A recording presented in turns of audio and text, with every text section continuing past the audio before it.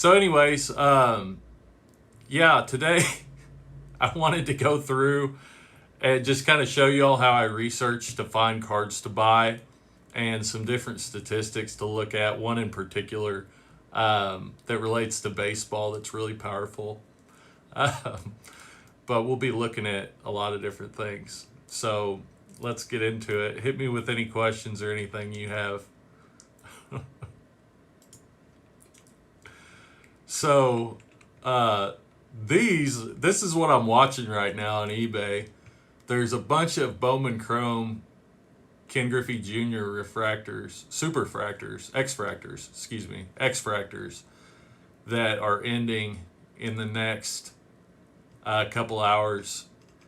If you're interested in these, use one of the links. Use one of my eBay links, and it will track your purchases for like 24 hours, and they will send me a commission, like a small commission on anything you buy within 24 hours of using one of my links. It doesn't have to be to anything specific.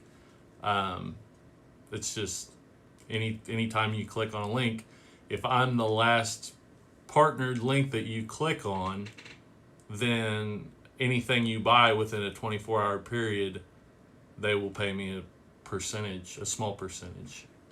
So just a little something. If you want to help out the channel, that's a free and easy way that you can help me out, is just kind of keep that in mind.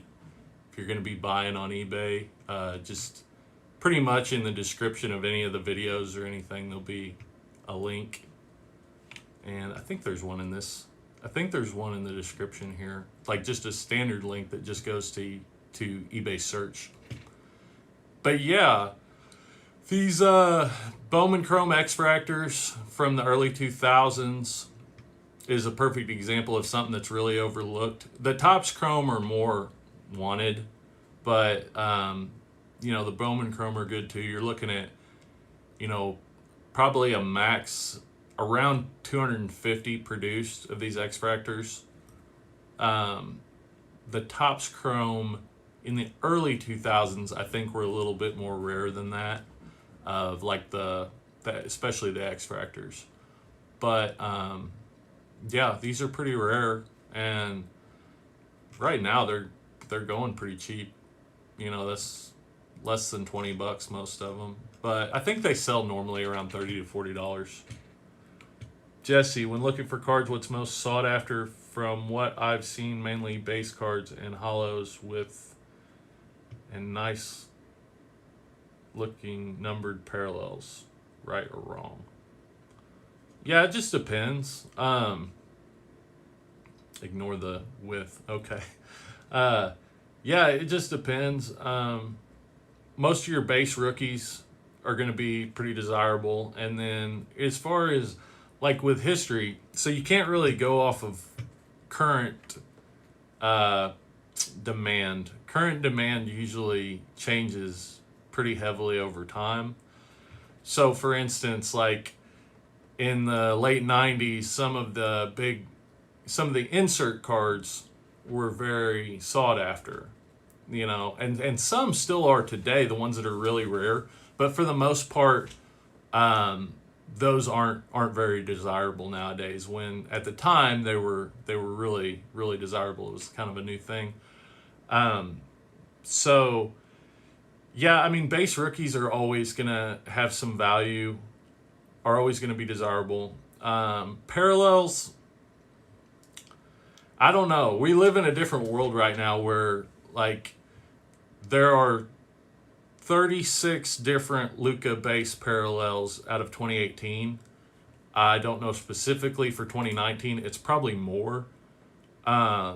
So, there's demand from people that want every one of those, like building the rainbow. They want every color of the different parallels and stuff. But as far as like scarcity and rarity, I think that's an interesting question. Like, how rare is something that's numbered to 50 if there's 10 things just like it that are all numbered to 99 and 149 and 199 and 299, where you have just the numbered parallels make up, probably 1,000. So that's something interesting that I've been thinking about lately. It'll be interesting to see moving forward how people look at that. So yeah, I think always, the base rookies, but also like always do your research. Look at the population reports. One of the things, I made a video about the LeBron rookies, and it just blew me away. And I've sent some questions out to some friends of mine that stay on top of this stuff, because like the Bazooka LeBron rookies, it's pretty easy to go on eBay and find graded examples to buy, but their population report is super low.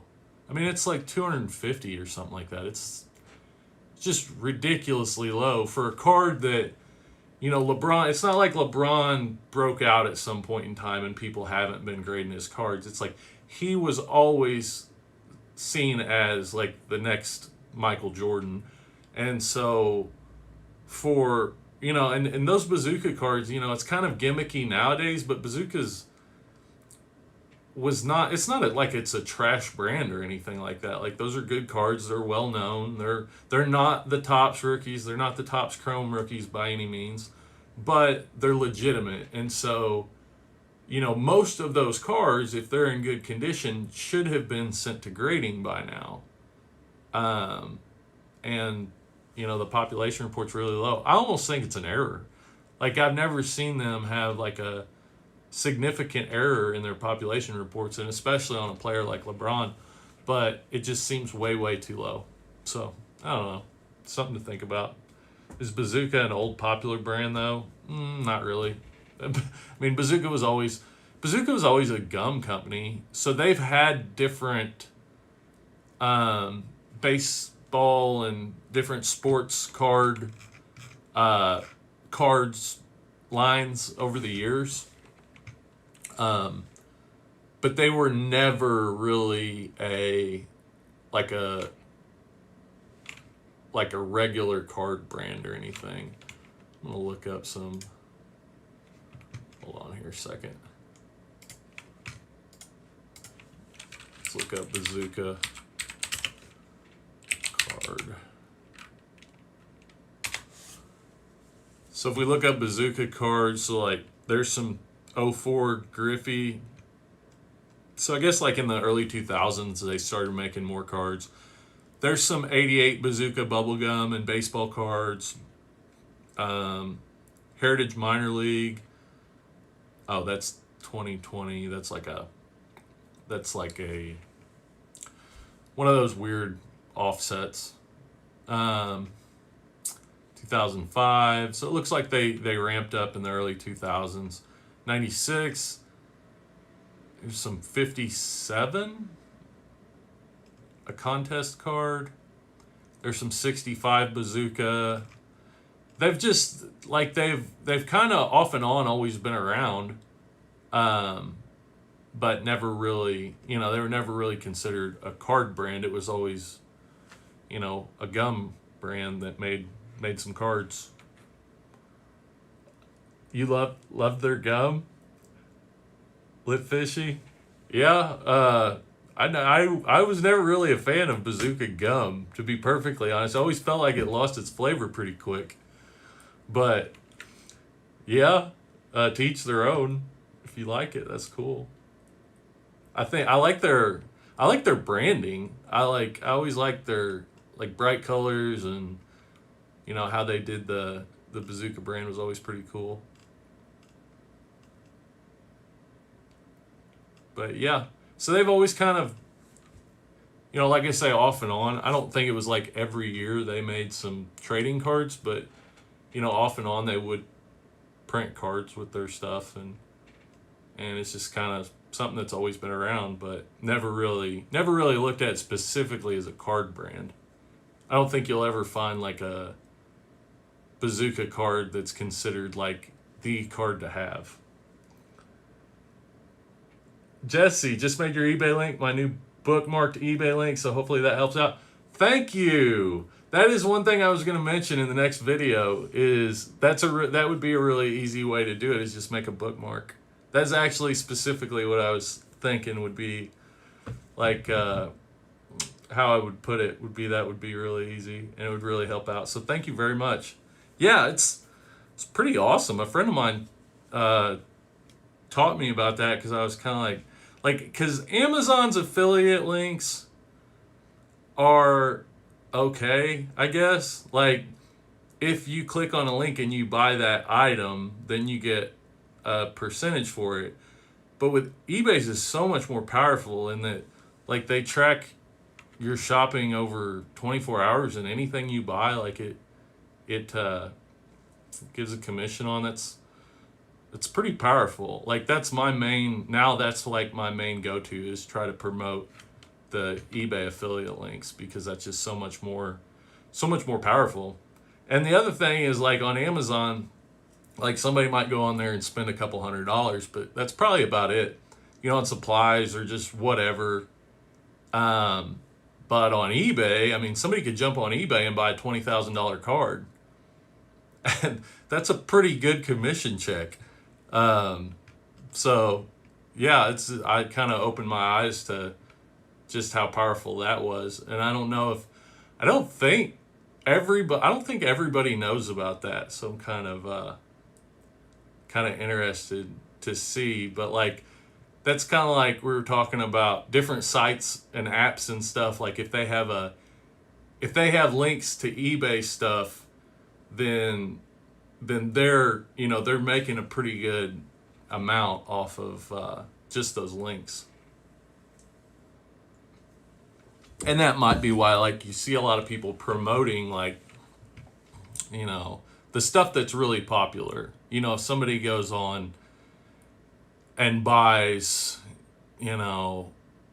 a Logo Man patch Trae Young for $50,000 on a 2% commission, that's like $1,000 commission just on that one card on 2%, and some of them are higher than that. Some of the commissions are higher than that. So I don't know. I have all my own little conspiracy theories, but just something to keep me entertained. How do I feel about Origins? It's all right. Like, I'm not that familiar with it. I think it's a good design. I think they're kind of condition sensitive from what I've seen. Like, they usually have like really dark borders and kind of thick cardstock, so it makes them more condition sensitive, kind of harder to grade. They normally chip and stuff like that. I think that it is important to kind of think about that, as far as like the brands that are most popular right now aren't necessarily the brands people are going to think are the most popular 2 years down the road, 5 years down the road, 10 years down the road. I mean, like in the mid to late 90s, like Topps Finest was the cat's meow, and the most expensive to buy, and was kind of the top deal. And it still is to an extent. Like, Topps Finest refractors that are rare from that period are really valuable, but just overall, it's not considered the end-all be-all from that era by any means. So, like, right now we have, for basketball and kind of football, you got Prism Select and Optic. And Select is only in a hobby format. They've never released to like retail, like Target or Walmart.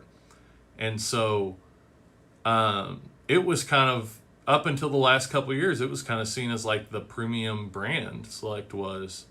And then, 2017, 2018, Prism really took over. But I could easily see that switching back. I think I've mentioned this before. It's like, hey, Malone, what's happening? Good to see you. Thanks for being here. Yeah, I I could definitely see that changing to where all it would take would be one rookie, big rookie, to come out of one of these classes in the next couple of years, and for Select to be the card, that's the specific card that people want, and suddenly that switches back over, or Optic or whatever. But I really think Select's positioned better, and it makes sense from Panini's standpoint, because we've gotten to the point to where Prism's so desirable that they're able to print just tons and tons of product in hobby and retail, first off the line, and Tmall and all this different stuff. And I guess you could throw Mosaic in there too. That's one of those premium products that, is kind of new. But, if that were the case, and they could market this, they could kind of promote it to kind of help trend that away. But if that player came out and that was the case, that everybody wanted that Select card more than the Prism or the Optic, then, that opens the door for them to be able to like triple or quadruple production on Select, which is kind of what they did with Prism from 2017 to 2018, they tripled production, but from 2016, it was like 10 times more production to 2018 compared to 2018. So anyways, just back to your question, Jesse. Yeah, I think that it's important to kind of look at brands and think about what maybe will has potential in the future, just based on what brands. But yeah, Origins is pretty cool. I think it's kind of condition sensitive. Malone, if you never checked out Malone Money Mindset, he's got some pretty good videos on cards and investing. Jesse, I was going to ask about your thoughts on Mosaic too. The base card isn't too bad, but the holo definitely looks nice. Yeah, they look good.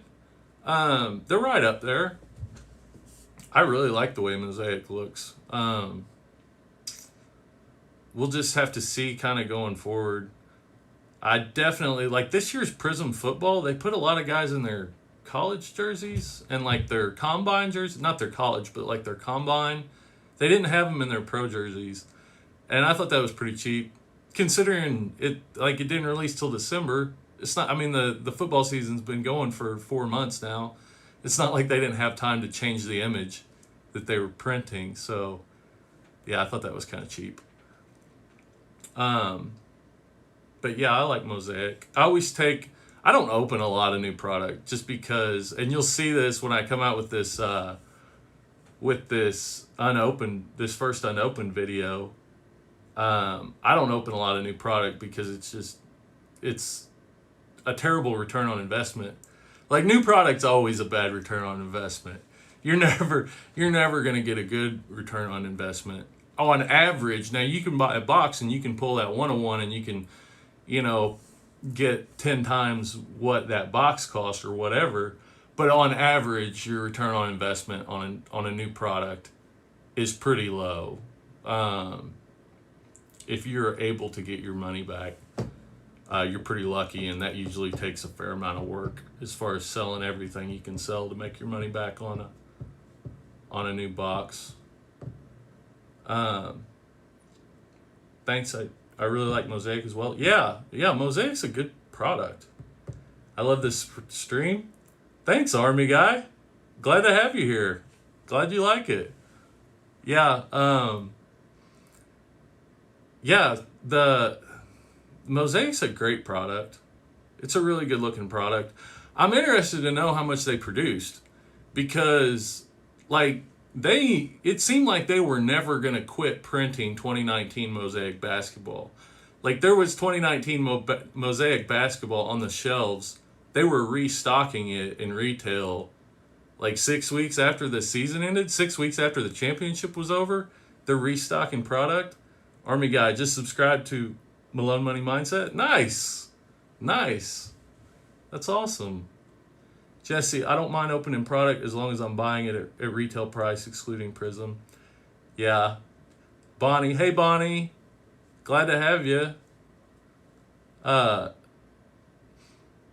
Yeah, I like opening product, and that's one of the things I really enjoy about this channel is it gives me like an excuse to buy new product, open new product, and I haven't recently, but it does give me that kind of extra incentive because everybody enjoys, opening new product.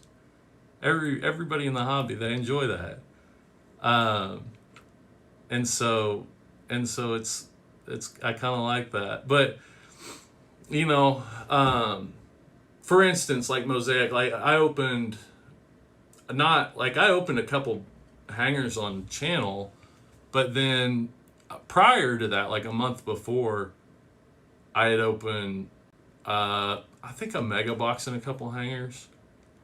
And what I would do, and that just goes back to like working to kind of try to level that out. So any rookies, mainly the rookies, like I'll take and I'll set those aside. I'll label them and just set them up in my closet and just see what happens. So like I was able to go back to that. Okay, Taylon Horton Tucker, he's breaking out. Maybe he is something, maybe he's not. But I'll go and pull that card out of that storage box and sleeve it up or whatever, and that kind of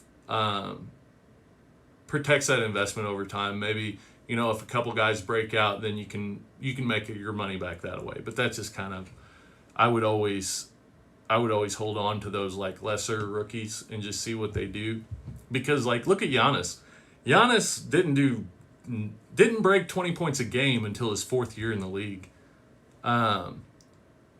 So yeah.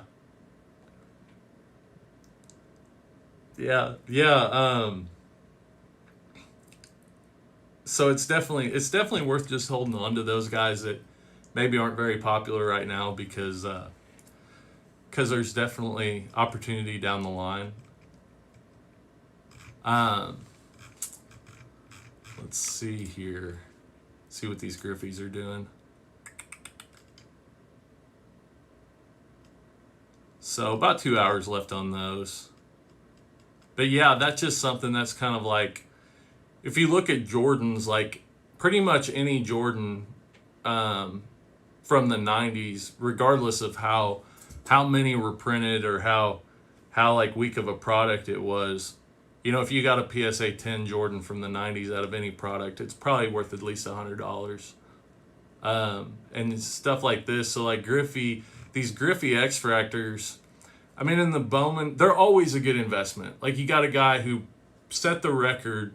Like he got a higher percentage of Hall of Fame votes than anyone in history, Griffey did. And whether his stats necessarily, warranted that or not, the guy is beloved. And guys like that are always going to go up. They're always a good value. So I'm kind of looking at that. I feel like cards like that, like those really limited number parallels from that that kind of overlooked era in the early 2000s are just really cheap right now. And if you go to PSA, like these superfractors in a 10, you're looking at like less than 5 cards normally that have been graded a 10. So if you get really lucky and you buy one, it comes back in really good condition, you can send it in and get a 10, then it's potentially a lot of money either now or down the road, whatever you consider a lot of money to be. One of the things that I was wanting to look into, so I am really hesitant about recommending football cards just because people are constantly getting injured. For a running back to have a good career, like a good career for a running back is 10 years or less. It's not like in baseball or basketball where you can have a guy that's putting up big numbers for 20 years. And when you've got such a short career, guys just get forgot about. Like that's just what it is. Like they're not in people's living rooms all the time.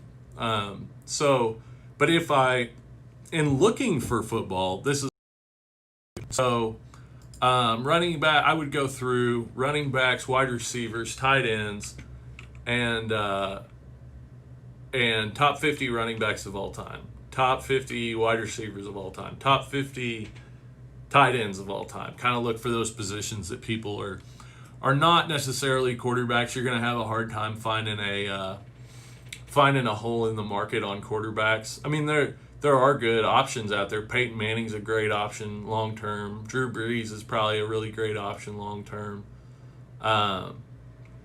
But for the most part, the quarterback market's pretty fairly priced. If we're looking at running backs, so like Ladainian Tomlinson, Ladainian Tomlinson is somebody I'm really familiar with because he lived around Missouri for a while. But 170 games played, so probably 12 seasons, 10 and 12 seasons. 3,000 rushing attempts, 13,684 yards, 145 touchdowns, 4,700 reception yards. Interesting fun fact about Ladainian Tomlinson, he has with players with more than 10 passing attempts, he has the highest completion percentage in the history of football. So a non-quarterback QB, he has like 58 or something for non-quarterback QBs. I don't know. I was watching a video on it, but anyways, for players that are not quarterbacks for QBs, he has like 58%. Or maybe more. He has a really high completion ratio percentage. So looking down through here, Marshall Faulk, you're looking at guys that are going to be in the Hall of Fame if they're not already. And so that's where I would start, especially when it comes to football. So we'll just start with Marshall Faulk, rookie card. So we're looking at 95, 94, 95. Dang. 95 finest with coating PSA 9 that has 12 minutes left and is at $7.30. Wow, that seems cheap.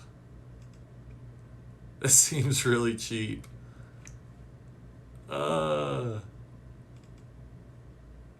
94 SP.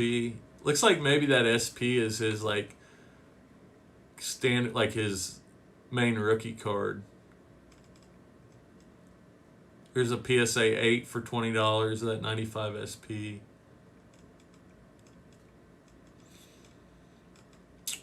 So, how much collectible value, how much are Marshall Faulk's rookie cards going to go up over time? I don't know. It kind of depends on the market in general. Football's kind of a weird market. Like, I think about this a lot, how, there's only 16 games in the season. There's not that much opportunity for players to really impress you over the season. It's not like basketball where a guy can come out and put up 10, highlight replays in one game. It's more of they might be able to put up 10 or 15 highlights over the course of a season. So how much does that stick with people? Football and basketball was not as big in the 90s when it comes to collecting. Definitely not as big as baseball. Now, you could argue basketball's bigger. You could argue that football's getting up there. Probably have to look at like production numbers to see what's actually going on. Yeah, Jesse, Clyde Edwards-Helaire got hurt today, which sucks. Hopefully he's not hurt bad. We'll see. That's football. So like you look at Joe Burrow, Clyde Edwards-Helaire, like guys are constantly getting injured. Like it's a really high injury sport. And so when it comes to investing in in cards, especially of current players, it's very risky. In my opinion, it's just really risky. One thing, let's look up Tony Gonzalez. I think it's 2007 Topps Chrome.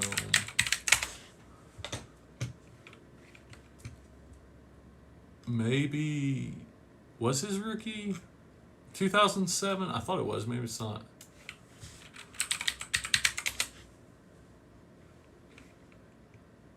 '97. 97. Okay, never mind. I'm so old. Gonzalez. Topps Chrome. So, right now you can pick up Topps Chrome Tony Gonzalez rookies for $30, $40, probably 20. Here's a refractor. That's a PSA 9 that they're asking $12.50 for. Let's see what they're selling for. And I mean, Tony Gonzalez, we looked the other day, and Travis Kelce's on a better pace right now than what Tony Gonzalez was. But, you know, there's a really strong argument to make that Tony Gonzalez is the best tight end in football history, basically. Here's a refractor. And again, Topps Chrome refractors from this time were a lot more rare. So, like, here's a refractor that went for $300, but his regular Topps Chrome for $40. I think that's super cheap. Here's one that went for $10. It's probably not in great condition. We can look at it. So, doesn't look bad. Maybe a little off center, top to bottom. I don't know. I'd have to look at a PSA 10 and see what they consider good centering on these to be. Bonnie, wow. Was Hort bad now for the season? Yeah, I don't know. Like, he just got hurt a couple hours ago in the game. Somebody fell on his leg. I mean, it looked like his leg was twisted, so it's probably, I mean, probably a knee injury, I would guess, if anything. But we'll just have to wait and see. I haven't heard any details on it yet.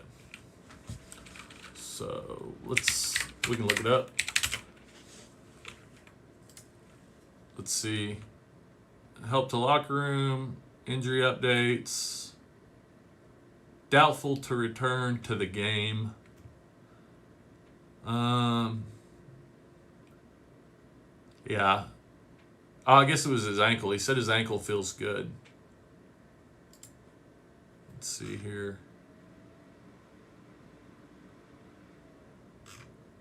It doesn't look like there's much information right now. Le'Veon Bell played really good. I'm definitely rooting for Le'Veon Bell. I'm a guy that loves second chances. And he's come in and he's really been very professional and, bought into the system. And so, I want to see Le'Veon Bell do well. If whatever happened earlier in his career, definitely want to see him have a chance to put that behind him and move on.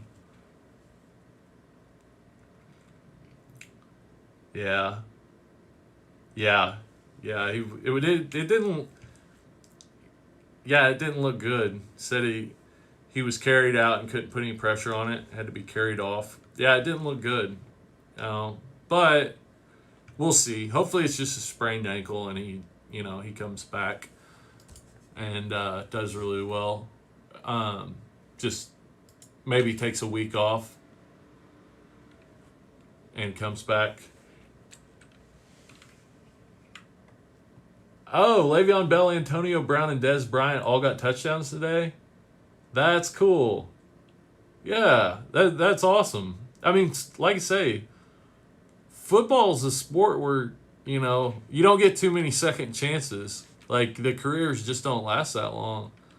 And I always like seeing guys be able to come back and kind of correct maybe some of the stuff they did when they were younger and not quite as wise.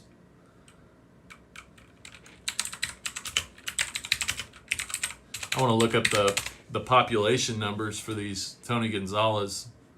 Oh, crap. Put it in the wrong place. Rookies. And if there's anything y'all want to look up that you're interested in, let me know. That's what I'm here for. Let's see. Oh, that's baseball. So, football.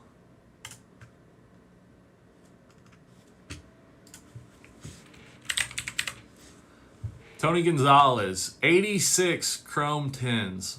So just the base chrome, those are the ones that are going for, 30 or 40 bucks right now. There's only 86 10s, and there's only 441 overall. So it's not like, it's not like there was a lot of them out there and people are just waiting to get them graded. I don't think. They're just really super rare. So like that refractor is going for $300. There's only been 42 total graded, and only 110 exists. That's crazy. That is nuts. That's really low population numbers.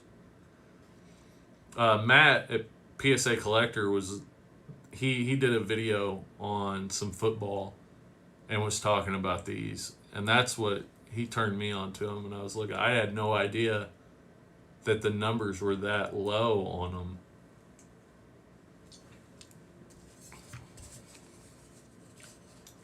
Let's see here. So one of the things I wanted to hit on when it comes to baseball, so I just did a top 5 baseball cards to buy, one of those listicle videos not too long ago. And one of the guys I had on there, well, I had Alex Bregman on there and I had Bryce Harper.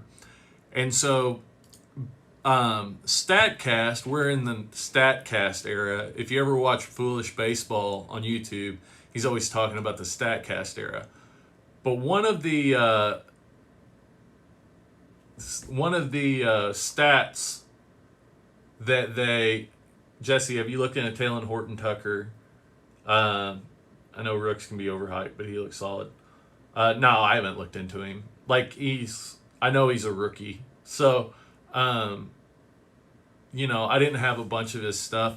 If I had a bunch of his stuff, and I was waiting to see what he did, I probably would have sold some of it because, just like when Bull had that big game, 4 months ago or whatever, there's, sell while you can, but, there's not a really good way to tell, I don't think, in basketball. You kind of just got to go off of your instinct. So like, yeah, with guys like Trae Young and Luka that, they're amazing players. Like that's defined. There's no reason to look into, whether they're going to get better or not. I'm not a basketball scout, so I don't judge. I go off, the one thing I go off of when it comes to like my personal opinion about a player is, are they exciting to watch? Otherwise, outside of that, when it comes to basketball, I just look at them and say, how exciting is this person to watch? If this person is exciting to watch, then if they do well as far as stats wise, then people are going to be buying them. So like Giannis didn't have great stats in his first 3 years in the league, but he was an exciting player to watch that made big plays.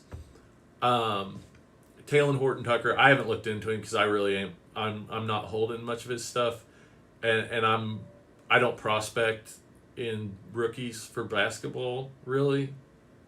But there's definitely a market for it. I just don't consider myself a very good judge of what is going to make somebody that young and has that little information, that little data out there. I don't consider myself a good judge of being able to watch that person and decide whether they're going to become a good basketball player or not. Now, in the case of guys like Brandon Ingram, where you've got somebody that was last year's most improved player, averaged 24 points a game, and he's made consistent improvement in numbers every year for the last 4 years. That's something I can look at and I can say, yeah, I think there's a real buying opportunity there.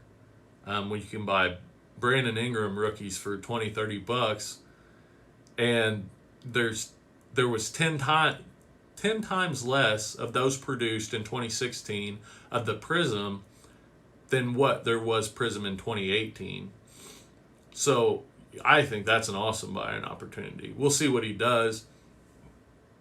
And, last year might have been a fluke with Zion out for, a portion of the year.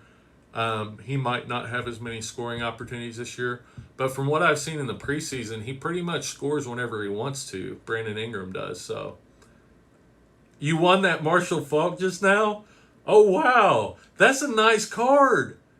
I mean, that was a nice card and super cheap. What was it, like $10? Or, I mean, that's what it was at whenever we were looking at it. Like, it was at like less than $10, which is crazy. You won that, huh? This one? $7? Oh, $20. That's about more like it for a finest. They didn't make. Let me look that up. That's still a great deal. Are you in Missouri, Army man? Army guy?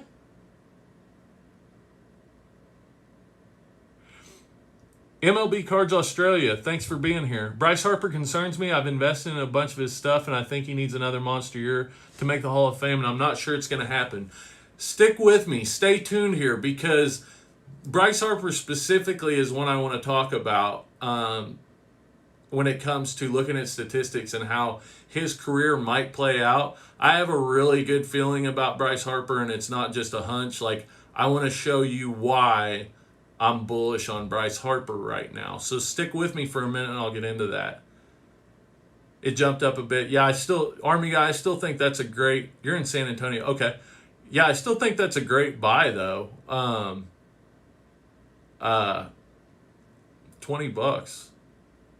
Oh, you went to basic in Missouri. That's where it's showing your accounts out of Chesterfield, who bought that card. But that's awesome. Yeah, I'm gonna look that up, that card, real quick, and then I'll get into the StatCast stuff for baseball, because I think it's pretty powerful.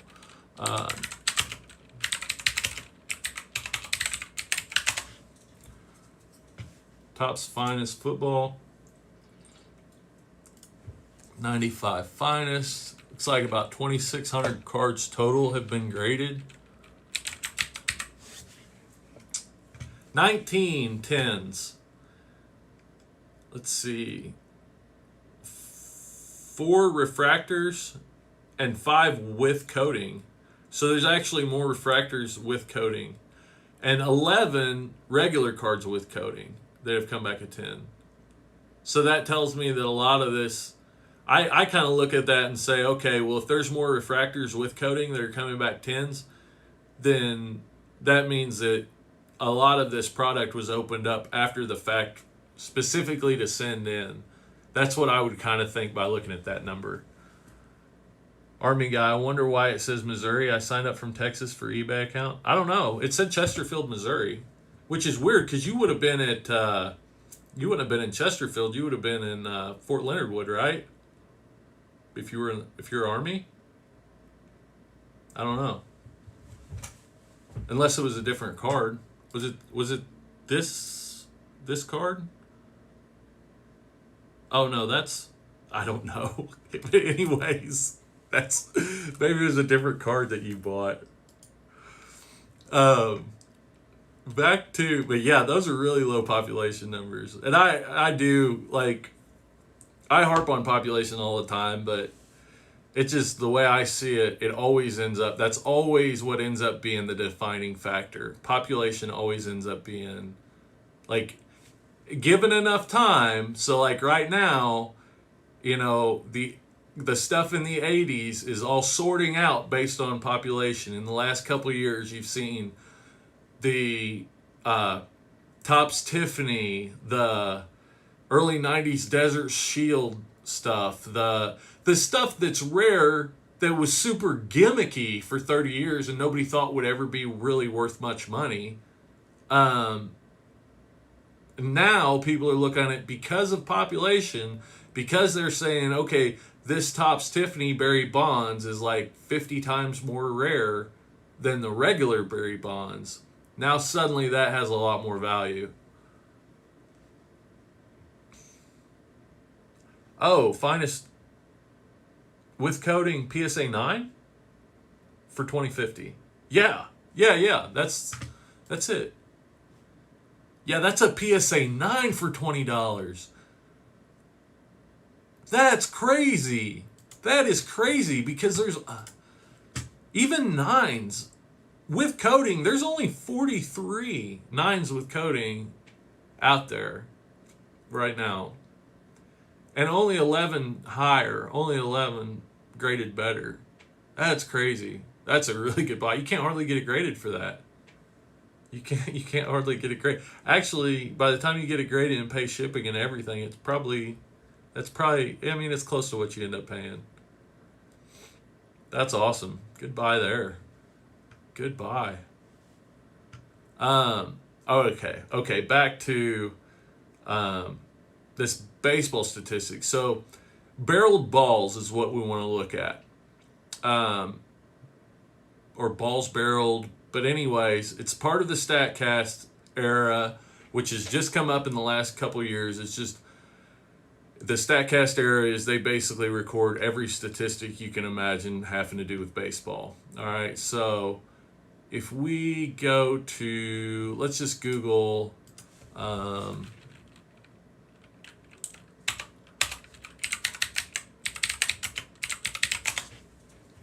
barreled balls.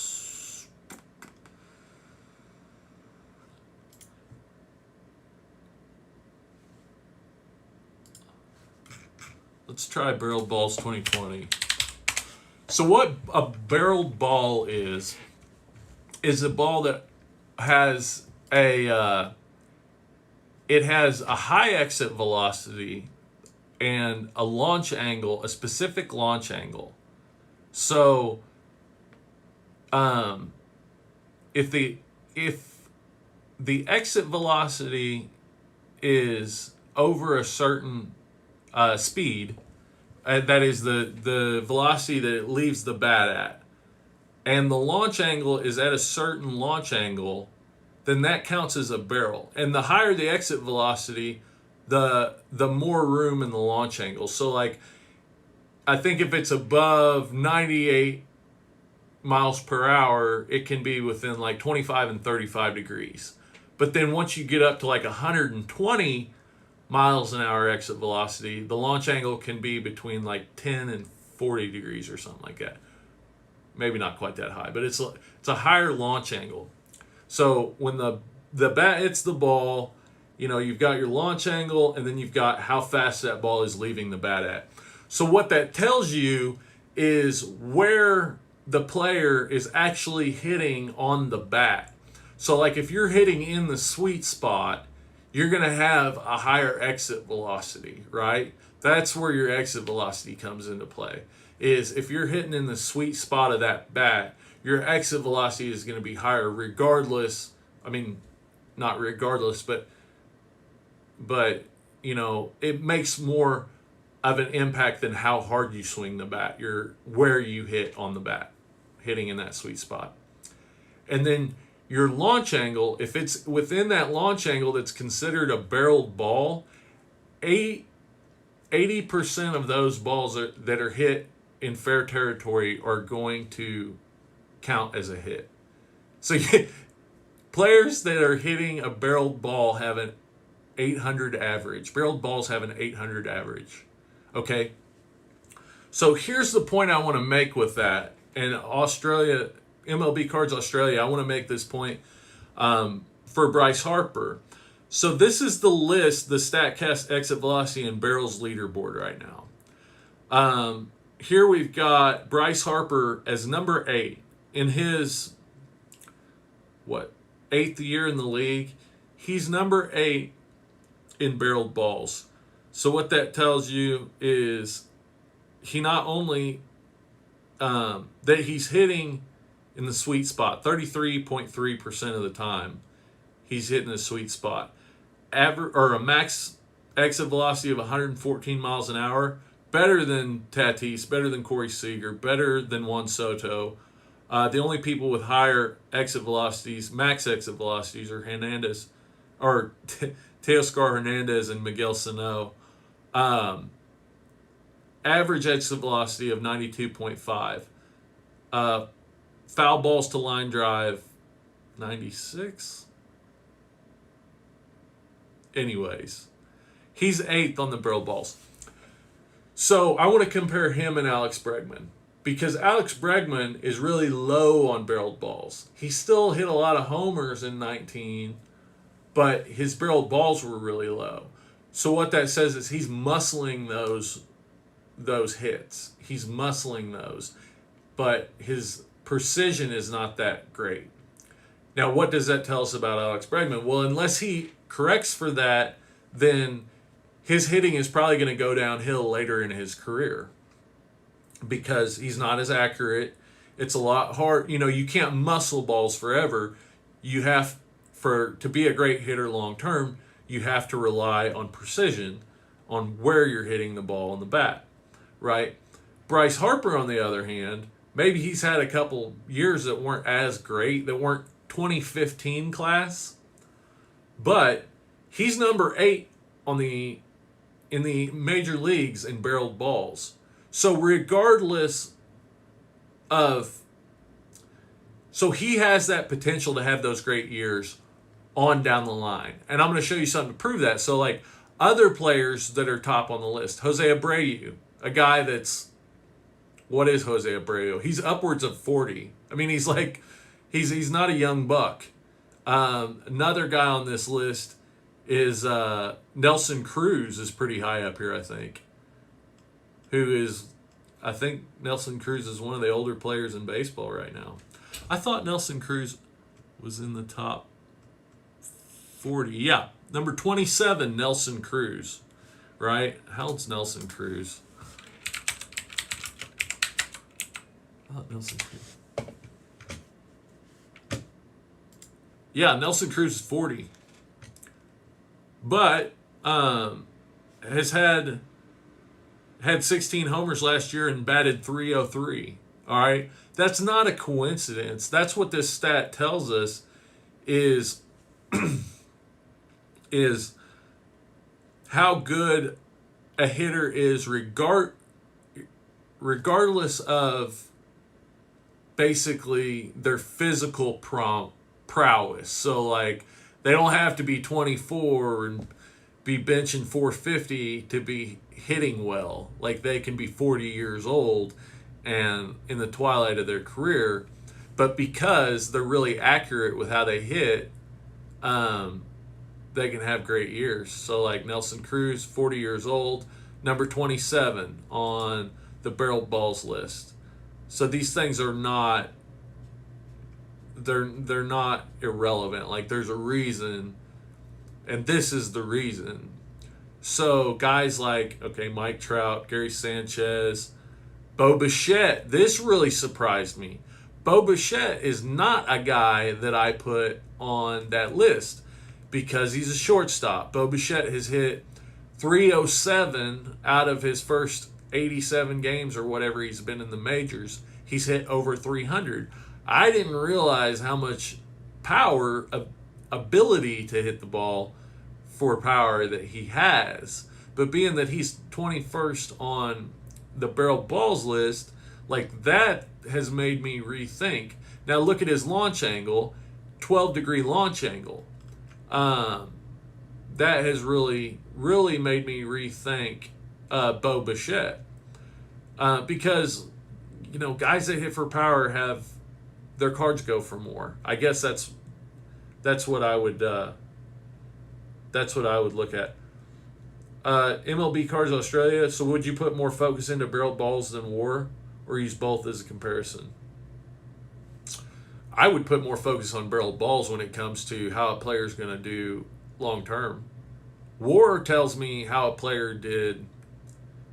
WAR is kind of a funny statistic. So it's a good statistic for how a player did this year, But that's what it tells you is how did they do this year, or how did they do, but not just how did they do, it's how did they do relative to their competition, right?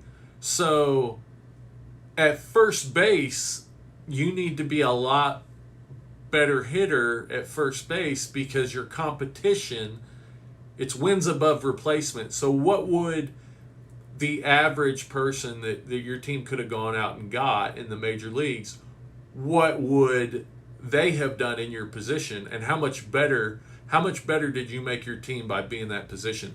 So if you're at first base, you've got to be hitting pretty well, or in the outfield, for instance. Whereas if you're a second baseman, you might, they have offensive and defensive WAR, but if you're a second baseman, you might be able to have a lot higher WAR with the same statistics as an outfielder, a lot higher WAR, because the average second baseman maybe isn't as good a hitter as the average outfielder, right? So, I mean, I think we're in this new era where not a lot of people understand a lot of these new metrics and stuff. I personally think that barreled balls, after looking at it more, is really, really powerful. When I look at just looking down the list, when I look at guys like Jose Abreu and Nelson Cruz on this list, and I see what's happened with their careers, and I say, okay, well, that's not a fluke. That's not a coincidence. George Springer, Ryan Braun, This is a statistic that tells me that someone is a good hitter. All right? And a good hitter will age well. Whereas, somebody that is just powerful when they're young, that's not going to age as well. So like Juan Soto, I mean, the amount of power that Juan Soto and Fernando Tatis hit with, and the amount of accuracy that they hit with, is that going to fade a little bit? Yeah, it probably will. Your hand-eye coordination, your eyesight, all these things start to go a little bit as you get farther along in your career. But Juan Soto could very well be depending on how long his career is and how he avoids injuries and everything, he could be one of the best hitters that the Major Leagues has ever seen. And same thing with Bryce Harper. After seeing this, I've always been bullish on Bryce Harper. I personally think a lot of the reason he hasn't done as well the last couple of years is because of the Phillies. Like, he just doesn't like playing in Philadelphia. That's just a personal, opinion, but just when I watch him and his attitude kind of in the last couple of years, that's kind of just the way I look at it. Bonnie, is Tatis Jr. on the list? He is number 1 on the list. He is number 1 on the list. That surprised me. 2 shortstops at the top of the list. That surprises me. That really surprises me. We've got 2 at the top, and then, like I say, Bo Bichette, 21st. If I was to remake that top 5 list, and I will, because, as I say all the time, January is the best time to invest in baseball cards. I would put Corey Seager on there. I would put Bo Bichette on there. I would keep Bryce Harper on there. Alex Bregman, I still think, if he has a good year, his cards are just so cheap. They are so cheap compared to, a guy that, when you're looking at a guy that has 2 All-Stars already and he's only been in the league for 4 years and, is at the top of the list when it comes to first baseman or third baseman. Fantastic info. Thank you. Yeah, awesome. You're welcome. That's what I'm here for. I tell these guys all the time, people don't come to watch me because of my good looks. They don't come to watch me because of my entertainment value. It's how can I share what I know and how can I learn more stuff to share with the community? How can I provide actual real value? That's, I know my role and that's my role. I'm never going to be Brad Pitt, And hopefully I'm a little more entertaining as I get more used to making videos and stuff like that. But, I'm never going to be Robin Williams either. I've got to put time in and come up with information that sets me apart from all the other guys out there. That's how I'm going to have a successful channel and how I'm going to have a vibrant community. Oh, it's hard to see the screen. Yeah. Make it a little easier anyways, maybe. Let's see here. But yeah. Tatis is very special. We had him here in San Antonio when he was in AA. Is Keston on there? Keston Herrera? I'll have to look. Let me see. He's 50. Number 50. Keston is. Which doesn't put him a whole lot lower. Like, in this area, you've got Pete Alonso's 45. Does that mean I think Pete Alonso won't age as well as, like, Fernando Tatis or Bryce Harper? I mean, a little bit. It kind of makes me feel a little bit that way. Now, Pete Alonso's max exit velocity is maybe the highest on this list. It's the highest I've seen so far, 118 miles an hour. His average is 90, which isn't super great, but it's, max home run distance, 456 feet. This is a pretty cool leaderboard here. I'm going to copy this. I'm going to drop this link in the chat in case y'all want to check it out sometime.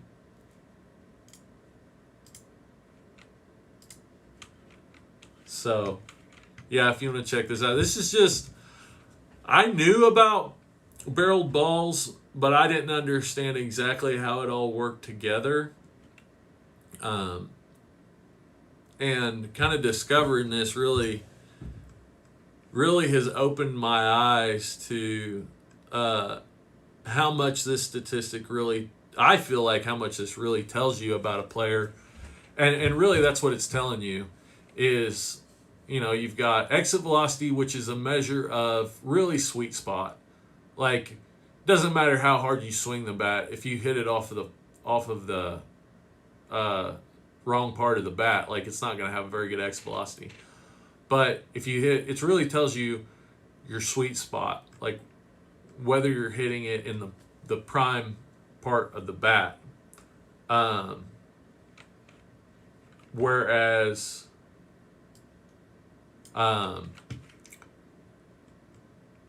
so that's, and then launch angle is telling, that's kind of horizontally where in the sweet spot, like where you're hitting in the bat. But then when you look at launch angle, that's like your vertical, like you're up and down. Are you hitting under the ball just enough to create a ball that has a really, really good chance of landing for a hit?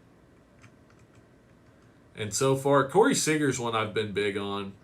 I'm hesitant with shortstops because just traditionally their cards don't do as well because they're just traditionally not power hitters. But we've seen that change. We've seen that change with Tatis and Corey Seager and Matt Chapman's another guy. Matt Chapman's another guy that I've been watching for a while because I think his cards are just super cheap for how good he is. But I think I'm going to look him up because I think Matt Chapman is maybe a little older than... See, he's been playing for 4 years, but he's 27, almost 28 years old. So I think that's why I didn't include him in that first go around. Is the 4 years he's been in the league, he's done really well. He's averaging a 5 WAR over 4 years playing third base, which is really good. Really good. One All-Star, but he's going on 28. Doesn't mean he still doesn't have a lot of good years left in him. He could easily have like Well, I mean, he could easily have, he's 28, he could easily play till he's 40 at a pretty good level, potentially, you know, but there's a lot of things that go into that. Army guy, folks, we're so high on Keston, but prices dipped a lot last year. Yeah. I always say, you know, your overlooked guys are always going to be a better buy or a better opportunity, I feel like. Like, you find a guy who hasn't broke out yet, okay, well, what's the worst that can happen? You know? You're already buying him at a discount. So if something happens, he breaks his leg or he breaks his arm and he never plays again, you're still not out as much as had it been a really popular player. But they're overlooked, they're undervalued, so you're buying in lower, and the opportunity is there. So, like with a Mike Trout rookie card, how much can a Mike Trout rookie card go up in relation to the market? It can't go up. If Mike Trout's rookie cards are going up 100%, then that means that the market in baseball cards has also gone up. So every card in baseball cards has kind of seen that upward momentum, right?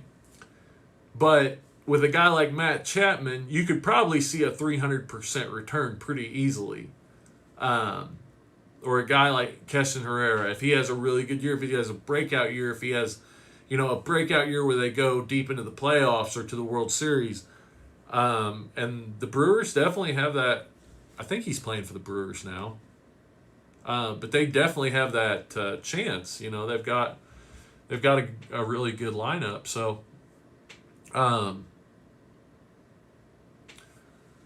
that's just what I always go to, is your overlooked guys are always, in my opinion, going to be a better investment, whether it be short-term, somewhat short-term, or medium-term, long-term, whatever. You know, you're always going to be better off if you can buy in low, and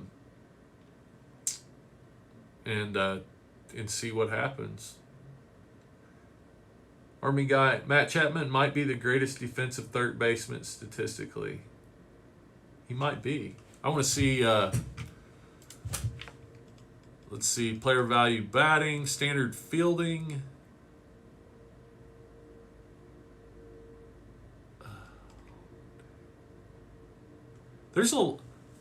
I definitely have been looking at Matt Chapman for a while there. His age was what kind of scared me a little bit.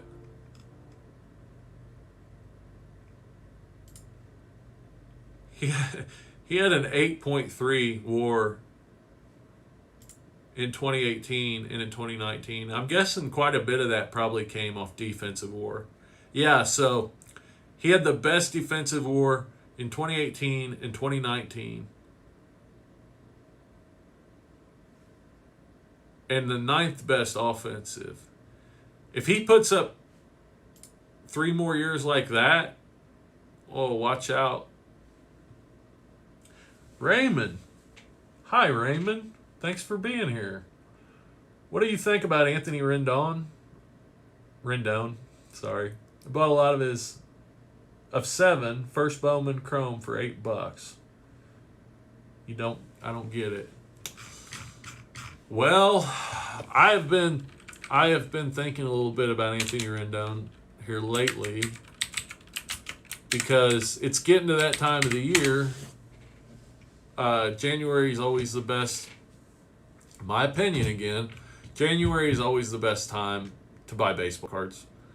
Always the best time to buy baseball cards. August is almost always the best time to sell baseball cards, and January is always the best time to buy. Halfway through the off season and right before the playoffs, kind of.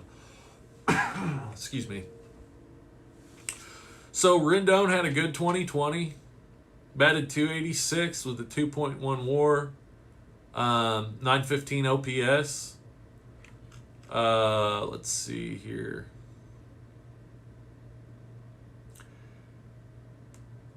Anthony Rendon must be a second half of the season type of guy. Like, he's got 3 seasons here where he's got MVP votes. 4 or 5 seasons where he has MVP votes, but only 1 All-Star game. That is super weird. Hit over 1,000 in 2019 OPS, which is huge. Very few people ever do that. Led the league in RBIs and doubles. Led the league in doubles in 2018. Led the league in runs scored in 2014. Huh. He's got really... Anthony Rendon has really impressive stats. More impressive than what I thought. This is weird. Like, how does a guy have MVP votes and in the top 10 in 4 out of the last 8 years and MVP votes in 5 out of the last 8 years and only have 1 All-Star appearance? That's crazy. So that tells me he must really be a second half of the season type of guy. Because when the All-Star game rolls around, he's not being looked at that well, but by the end of the season he's getting MVP votes. That is weird. That is weird. Playing for the Angels. Let's see what his contract. 2021 contract status. Okay, so he signed for 7 years, $245 million. So he'll be playing with the Angels for a while. And you got to think, eventually the Angels are spending money. They're going to be, they're going to, like, they have to have a decent team sooner or later. Like, they just have to. Like, they've been putting every combination out there they possibly can. They've got to, like, win a World Series sometime soon. I mean, they went in 2019, and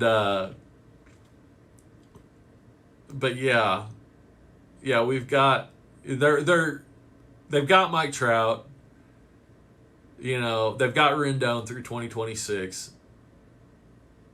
Yeah, I think after looking at this makes me think Rendon's a lot better buy than what I had thought before. Let's see where Rendon falls on this list, because he's getting up there in that 30. He's at that 30 mark now. Okay, so he's way down on balls, on barreled balls. 157. Oh, that's tough. I'm really kind of buying into this whole barreled balls thing as far as a determining factor for how a player is going to age. I don't know. Gosh, he has really impressive statistics.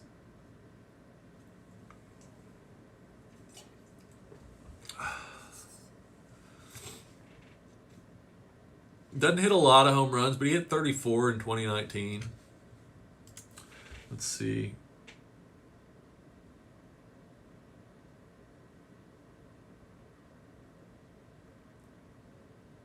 Bonnie, I think Nolan Arenado's cards are pretty cheap. Yeah, they are. Maybe we'll fall off then. Yeah, you know, make your own, you know, decide what you think, but that's kind of the way I'm looking at this right now. So for me, I'm giving a lot of weight right now. I'm buying into this whole barrel balls thing. You know, it's an accurate statistic that says only 1 in every 25 pitching attempts does Anthony Rendon hit a barreled ball. So he's making up for that, you know, lack of precision with muscle and with speed, right? That's how he's getting on base. Is he's muscling through balls that maybe aren't hit as well, aren't hit as accurately, and I'm guessing he's probably pretty fast. I'm just guessing. He's got a lot of doubles, but I'm guessing he's probably pretty fast. What's he got for stolen bases? Not a lot, but yeah. So for me, I would probably back up a little bit if I'm looking at it from a long-term standpoint. Now, does he have another, like, really good year in him? Yeah, he probably does. You could probably still, you know, I'm not saying I would necessarily sell his stuff. And if it's super cheap, then why, you know? Press Prince, hey, good to have you here. Do I have a Discord server? I am working on a Discord server right now. I'm working on a Patreon and a Discord server right now. And I'm looking forward to having that up soon. Raymond, just like you said, 125 for first Bowman rookie. 3 years from now, if I can get $10, you're still a winner. You are. And eBay's coming out with their new 75-cent shipping for sports cards, so you're good to go. I've taken listings down because why pay $4, $3 or $4, $3, I guess, to ship a card that I can pay $1 for a month from now?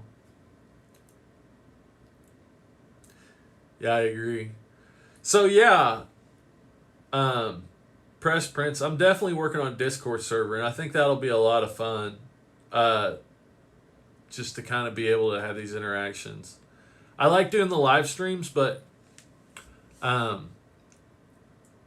the videos, I'm hoping you'll see like Tuesday that this next video will be quite a bit better than the videos I've put out before, and it's taken a lot of work. So that would be like having that Discord would be awesome, because that allows me the opportunity to keep up with people and still be able to take that time to make those videos that just take a lot of time, you know? So like I can't, at some point when I have, like after I have 1,000 followers, then I can put out those posts where it's like a message post, basically, like they do the polls but you can just put out a message, say, hey, guys, you know, I'm working on this video. You probably won't see much out of me for the next few days, but instead I made that short 60-second video that was kind of like an advertisement for that first unopened video, and that was just kind of to tell people, hey, you know, I haven't forgot about you, or I haven't quit YouTube. I'm just working on this video right now. It's taking up a lot of time. Jesse, random question, but do you prefer regular Panini hoops or the premium stock version? I prefer the regular version. Maybe I'm just a boomer, but like I feel like the premium stock version is already being done by like 4 other card brands that we talked about, and better. Like it's being done, and it's being done better. And so I'm not a huge fan of the premium stock version, but if I find some, I'll open some. But I'm not a huge fan of it for that reason. Like there's already enough premium chromium products swimming around out there, and so, but I like base hoops. I think base hoops is a nice little refreshing, you know, base hoops and Donruss is a nice refreshing cardstock product that has kind of an iconic design to it. It's been around for a long time, both hoops and Donruss, and is you know, just a great product. It's not, you know, if you can find it retail, it's pretty good value. You know, you get a lot of cards in a blaster or in a hanger, and yeah. So that's just me. But like I say, I'm kind of sentimental boomer.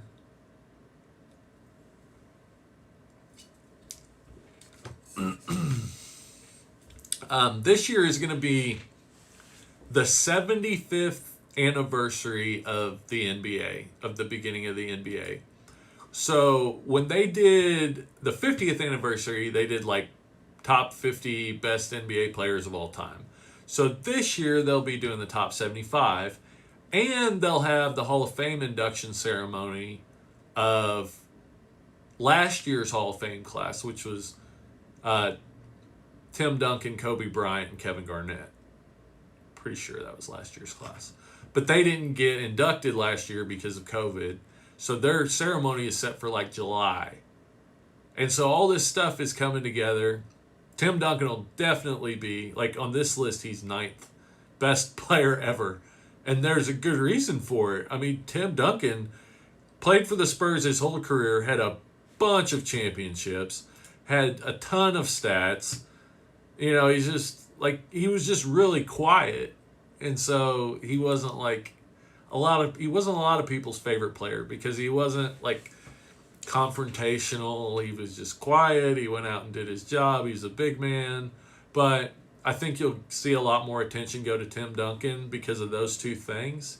Because people will look at that list this year, 75th anniversary list, and say, wow, Tim Duncan, top 10 player of all time. Shaquille O'Neal, top 10 player of all time. They know Kobe Bryant's a top 10 player. LeBron, Jordan, Magic Johnson, Kareem Abdul-Jabbar. They might not know that Shaq was almost an unstoppable force for 10 years, his first 10 years in the league. They may not know that Tim Duncan, in his last couple of years, he didn't really put up much as far as numbers.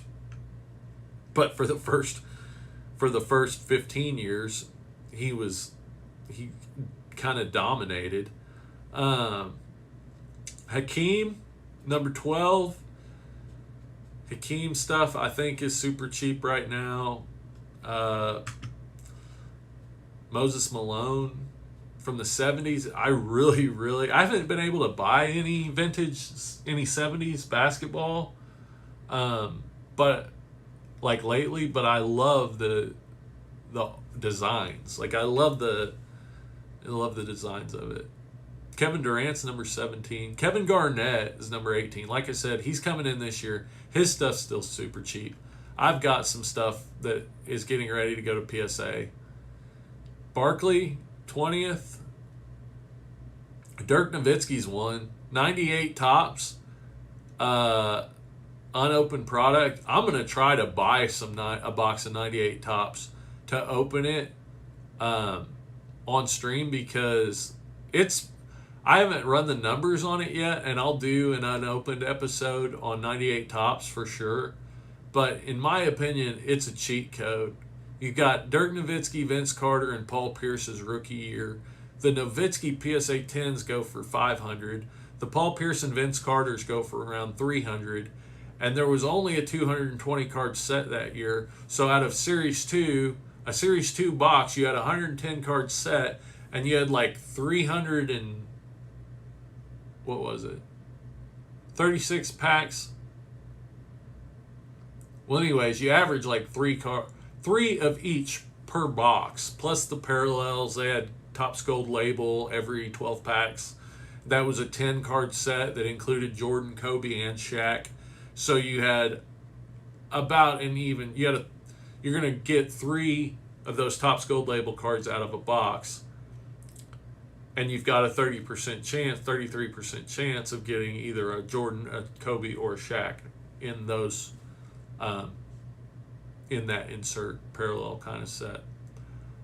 But yeah, I think 98 tops is one of the best buys out there.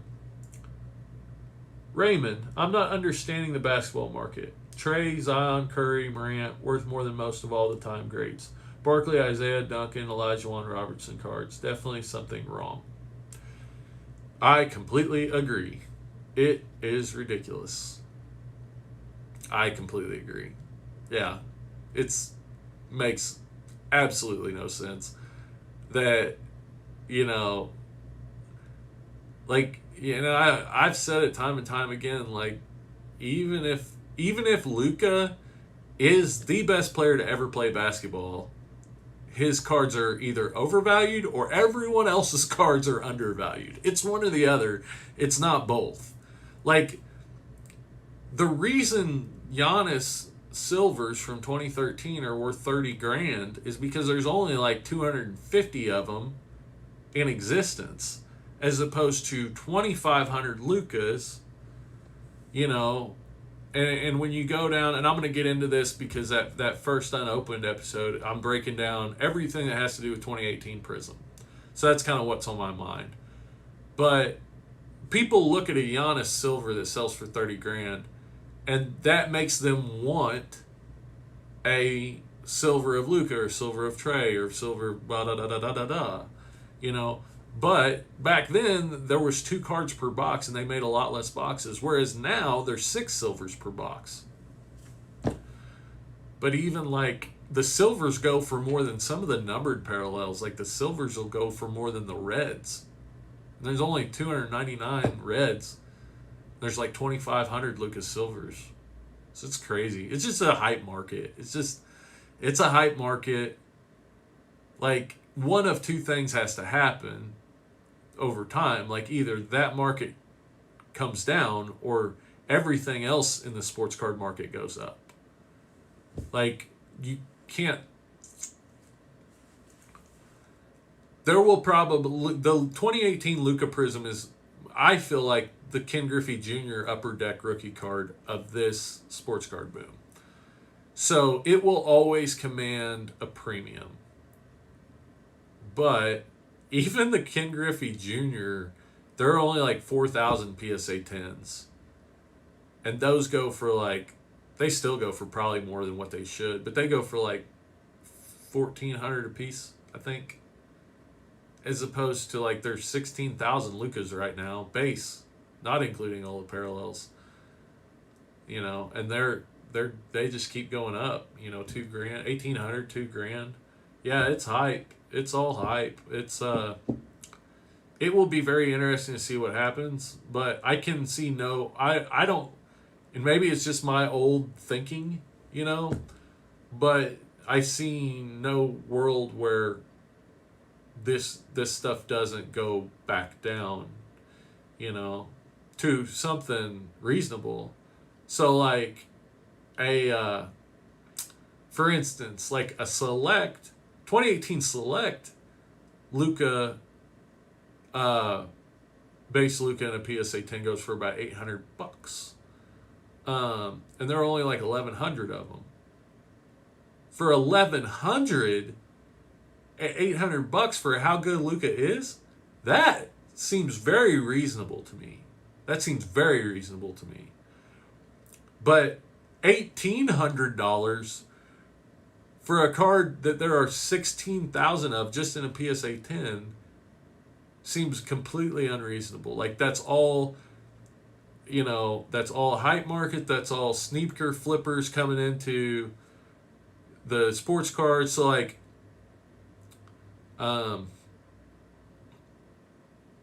you know, backpackers, guys that just go around, oh, I know somebody that's willing to pay $1,800 for a Luka base Prism. I know someone that I can buy one from for $1,700. Bada boom, bada bing, I made $100. You know, so that happens thousands and thousands of times a day, and you get these markets that are just completely unsustainable over time.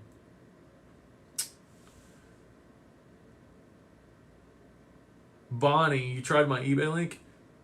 Yeah, it doesn't go to my store. No. Like, I haven't even listed anything in the store yet. I'm probably going to do a live stream soon, maybe like next week, where I'm just going to do a live stream where I'm just listing stuff on the store. No, that's just a link to search through eBay, but if you buy anything through any of my links, if you use any of my links, then for the next 24 hours, eBay will track your purchases, and I will get a small commission on anything you buy on eBay if you use one of my links. Like, if you were to use someone else's link after mine, then it would go to them. But if you use my link and then you just go anything you buy on eBay from that time forward for 24 hours, and then like down the line you come back, use one of those links again, yada yada yada. But that's what that link was there for. It's just if that's one way you can support the channel that doesn't cost you anything and is a great benefit to me. Just use one of those links, and then for the next day or whatever, you know, anything you buy on eBay, I'll get a small commission for that. It's pretty cool. Raymond, thanks for being honest. Yeah, man. You're welcome, I guess. I mean, that's the only way I can see it is like, like I said before, like people aren't coming here to watch me for my looks, and they're not coming for my comedy. Like I've got to provide value, and part of that is giving good advice, and there's just I that's what I want to be known for. I'm not going to tell you a bunch of BS about how, about this new Trae Young or Luka PSA 10 that I bought because I think they're extremely overvalued. I don't care if that's what people want to see, and I don't care if that's what gets views. It's bad advice, and it's kind of irresponsible. And so that's just that. I want to be known for somebody that, gives good advice, and that's all. So thanks for your question. Jesse, other than prices, do you think other things will change after the hype market comes down, like interest in inserts and parallels?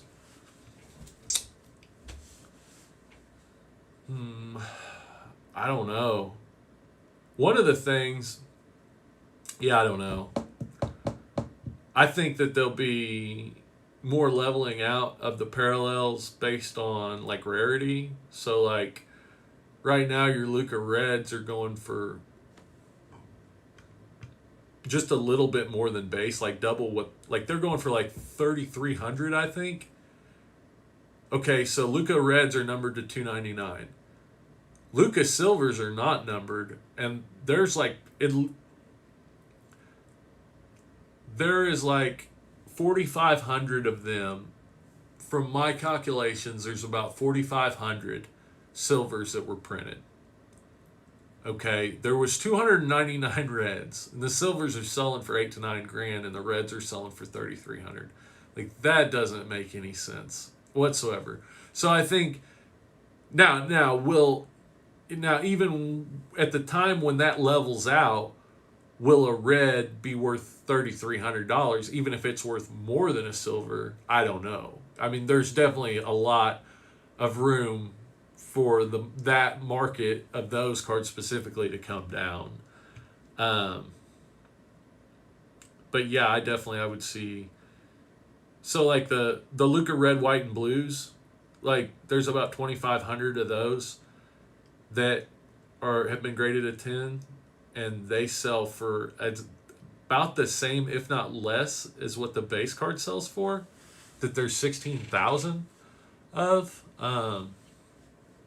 So yeah, I think there'll be a leveling out, and definitely in like the other players, like you're paying a steep premium for Luka, but if you get into like Colin Sexton, for example, Sexton, right? Yeah, 2018 was Colin Sexton's rookie year, or Anthony Simons.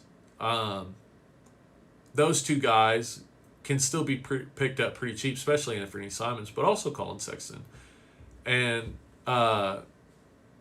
So I would look, if I was looking at those guys, I would definitely look at that differential. Like I would buy a red before I would buy a silver, if there's that big of a difference between a red and a silver as what there is in the Luka.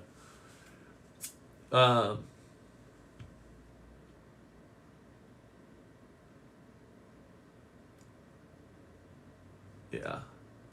Jesse, you should clickbait title a video using big names, and then the second the video starts, explain why you shouldn't. Yeah. I feel like I clickbait enough. Like you kind of have to on YouTube, but you have to be careful too, because if people click on your video but they don't watch it, like it's not going to get any traction and it won't go anywhere, and YouTube won't like suggest it or anything. Like I've actually had a really, really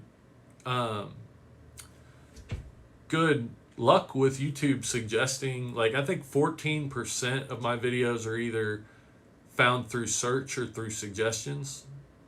And like that's just YouTube speak. But that's, for me, I feel really good about that. It being a really new, small channel. Like that tells me that when it comes to my thumbnails, like I'm getting a good click-through rate. People are clicking when they see my thumbnails. And when they come in, they're actually watching a portion of the videos. Like, I've got one live stream that I put out a couple of weeks ago that in the last week it has like 12 views, but the average view duration is like an hour, which is crazy. And YouTube loves that. Like, they had one of my streams that they started suggesting one night, and it got like, I don't know, 40 or 50 views one night that averaged like a half an hour a piece. Which this is a really small, really new channel, so that doesn't sound like a whole lot, but for this channel, that was a lot. Like, getting 20 hours, 30 hours of watch time overnight for a live stream that I had just been out there for a week or two. It was pretty cool. Raymond, once PSA catches up, that's when the market will come back down. The hype will be gone, and the 3200 Luka will be 320. Yeah, I agree. Yeah, I mean, you were getting in that like second to third year where suddenly there are Zions and John Morants and Lamelo Ball and other guys that are suddenly new and exciting to watch. And as you get farther away from that rookie year, suddenly Luka and Trae Young, people have been watching them for 4 or 5 years, and now, they're yesterday's news, and they're not that exciting anymore because it's been there, done that, seen that, got the T-shirt, and yeah, that's kind of the way things go. Like, why on earth does a James Harden and a Kevin Durant rookie cards, why did they sell for less than what, a great and proven, but like has very few years of stats behind him player go for? Like, that's crazy that these guys that have years and years of performance, that tells you where the bottom is. Where is the bottom for a Luka based Prism? It's probably, I don't know. Gosh, I don't know, because there's so many of them, right? So, like, the Harden in a PSA 10, I think, is probably like a $1,500 card. Let's look it up. But there's only like 1,500 of them total. So there's like 10 times more Lukas. What's the bottom for a Luka? I said this the other day. And again, I love Luka. I love watching him. He's awesome. Great to watch. Exciting. Great player. Love the guy. Good person. Great player. Regardless, if somebody told me, I will sell you, like, what would you be willing to pay for a Luka-based Prism under the terms that you have to hold it for 5 years? I don't know what I'd be willing to pay. It would be less than $100. Because not only do I feel like, yeah, there's a chance just through market fluctuations, once people realize how many of these cards are out there, that card drops to, like $300. But also the fact that you are also taking that risk over time that 5 years from now, he's not even in the league anymore. Like, he could get injuries. Look at Klay Thompson. Like, if Luka had the injuries that Klay Thompson's had, so that's why I say, like, if you were to offer me that card under the condition that you have to hold on to it for 5 years, I mean, maybe $100. Maybe I'd buy 5 of them for $100 under that situation. Now, yeah, if I could just go buy them right now for $1,200 and sell them for $1,800, then yippee-yi-yi-ki-yay. But if I got to hold them for 5 years, then yeah, I don't think there's. I wouldn't be willing to take much risk there.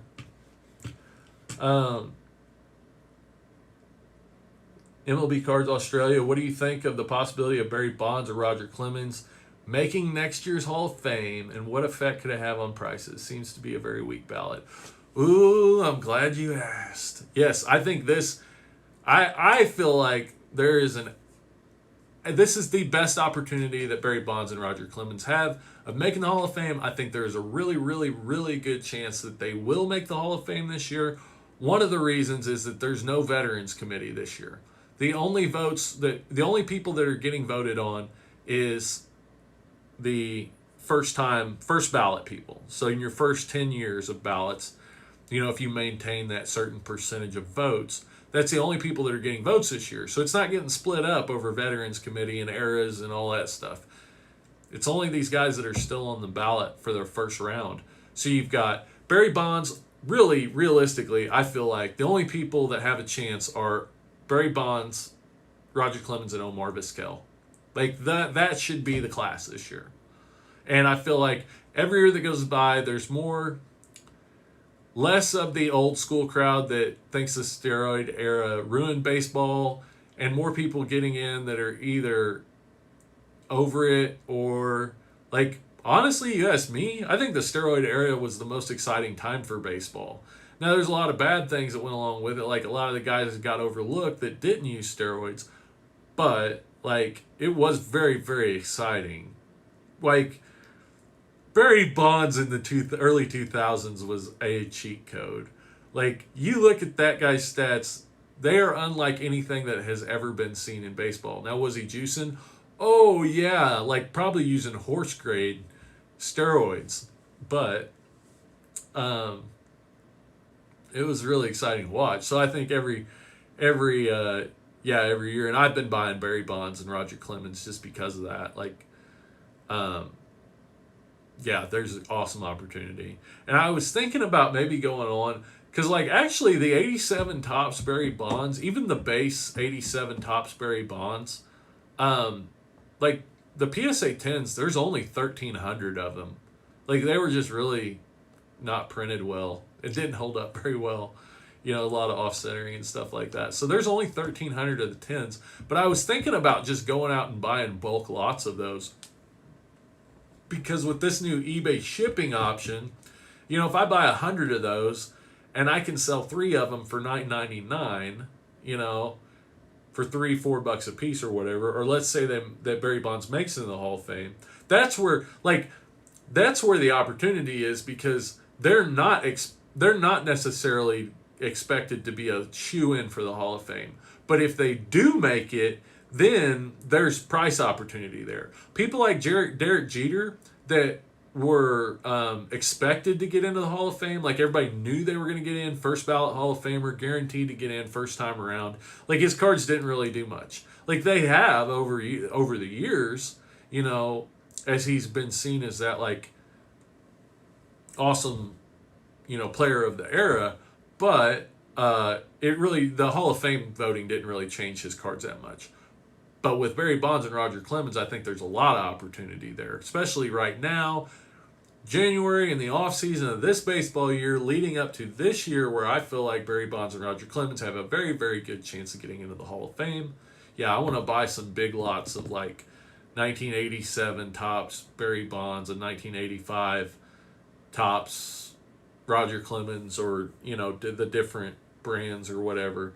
And then, with, like I said, with eBay's new shipping option, you can buy big lots for a small amount per card, and then over the course of time, sell those off in lots of like 2 or 3 or whatever. And some of them you can probably send them in to get graded, make even more. Army guy, it's because I have great content. Thank you. I really like that. I really appreciate it. I've worked really hard to try to make it watchable, at least, and I want to continue to make, like, not just, like, the main thing is that it's valuable information. That's the number one thing. But then also behind that is to make of the best production quality that I can make. So, like, getting better at Premiere and upgrading my audio and video and all that stuff to try to make a better production value product. So that's where my focus is. First one's on information, because I know a lot of guys out there that they really are smart in this industry, but they do not put a lot of emphasis on their production value of their videos. They don't try to stand out from anybody else, and You know, I don't want people to have to like struggle through my videos to get value from them. Like, I want it to be easy for people, make them somewhat entertaining. Raymond, exactly, that's where you can find the bottom. Your Hardens, Westbrooks, and Durant's. Yeah, the guys that have been around. The guys that have performance over years. Yeah, exactly. So, like, Westbrook, the triple-double king of all time. Like, look at how people are looking at him right now. It is disturbing, you know. It is disturbing how cheap Westbrook and Harden and Durant's cards are, rookie cards are, compared to these guys that have just gotten in. And I understand it. Like, the market took off. We had COVID. This is the hype. This is what people want to see. This is what puts asses in the seats. But it's disturbing, and that's where, you're exactly right. That's where your bottom's at. Bought tons of Kurt Schilling. Nice. That's awesome. Kurt Schilling. I've bought some Kurt Schilling and Larry Walker and Frank Thomas. Yeah. Is Kurt Schilling still on the ballot? I thought he made the Hall of Fame. Is he? Because he's one that's got a shot. If he's still on the ballot.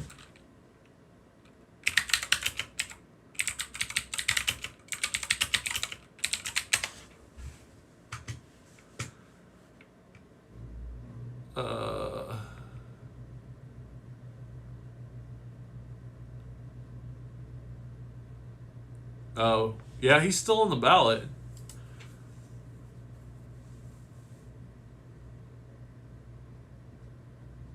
Yeah, so, you know, it's not guaranteed. Like, we could end up with Omar Vizquel and Kurt Schilling getting in, and Bonds and Roger Clemens getting snubbed again. But WAR, wins above replacement, is a really good statistic for looking at Hall of Fame players. Like, there are like certain milestones that you have to get to be considered for the Hall of Fame. And I think it's like 60. If you get to 60 or 70 wins above replacement for your career, you have. Oh, Kurt Schilling got 70%. So yeah, he'll probably get in this year. Kurt Schilling will probably get in this year. So if you have 60 or 70 wins above replacement for your career, you have like a 50-50 shot of getting in the Hall of Fame. But Bonds and Clemens have like way over 100, which is really high. Like, really high. Because in 2004, Bonds had like 300 walks and 120 of them were intentional. And he hit like some crazy, like 1,400 OPS or something like that. Just insane. Oh my gosh. Yeah, Schilling just barely missed out last year. Wow. You'll look up Schilling.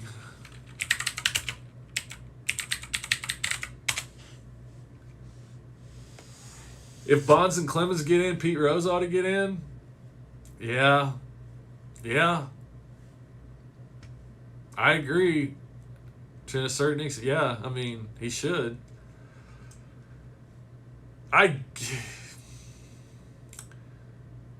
If Bonds gets in, Pete Rose should get in. Bonds pretty much admitted to using steroids, and it was obvious. But it does, like, he also had a perjury case for lying in a courtroom or whatever about using steroids. So Kurt Schilling's Twitter name is Garrig38. Oh, that's funny. That's funny. So Kurt Schilling, perfect example. He's got a 79.5 wins above replacement for his career as a pitcher. Dude, awesome. That, like, he's in. Eventually he gets in. I don't know if it's his first go around. I would say this year, yeah, Kurt Schilling gets in. Yeah, probably good buys.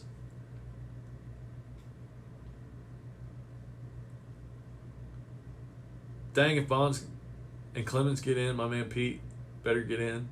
Yeah. Army guy, that's why folks watch for so long per view. Yeah, I hope so. I hope so. I hope they find value in it.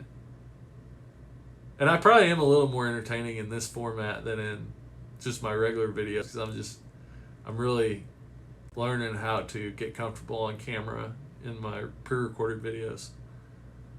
Quality over quantity. I agree, Jesse. That's what I've really been focusing on lately. A lot of people would tell me at this point in my YouTube channel, like just starting out, that you need to be putting out a lot of quantity, and I understand that, and to a certain extent I know where they're coming from, and I kind of agree with it. Like, you want to get to 1,000 subscribers and 4,000 watch hours as quickly as you can, but like the best way to do that is to make really good quality videos with really high information content. That's the best way to do that. So yeah, I'm not in a race right now. I got a good start and got kind of a small community, and now I want to kind of focus on things and continue to work on my production quality while still putting out valuable information. Army guy, he won't get in because of his views. You think Pete won't get in because of his views? Like, was he like racist or something like that? I don't know. I just know he was a player manager. Like, I know he, obviously he was a great hitter over the course of his career. He was a player manager. That's the craziest thing to me, is like he was a player manager in the 80s. Like, not only was he the manager of the team, but he also played on the team. Like, that never happens anymore. It used to be fairly common, but it never happens anymore. Army guy, let me rephrase. I think he hadn't gotten in because of his views. And Roger lied his butt off. Yeah, right. Roger, yeah. Bonds is kind of getting punished because he got, like, he admitted to it, whereas everybody else just lied about it. And they're not looked at as poorly because they lied about it. That's baseball, though. That's baseball. Like, unfortunately, like, the baseball has kind of shown that, it's kind of like pitchers using, like Trevor Bauer, it has been like basically making a joke out of Major League Baseball pitching, because for the longest time he's like, look at my spin rate, and I'm not using a doctored product like a tack or something like that to get more grip on the ball to get a higher spin rate. Spin rate's really important for a pitcher. The higher your spin rate, the better of a pitcher you are, pretty much. So Trevor Bauer, he wasn't using anything. He was still successful, but he was talking about people like Garrett Cole and looking at his spin rate, and he's like, there's absolutely no chance that he's not cheating, that he's not using a product. And he said most of the people in baseball are using something.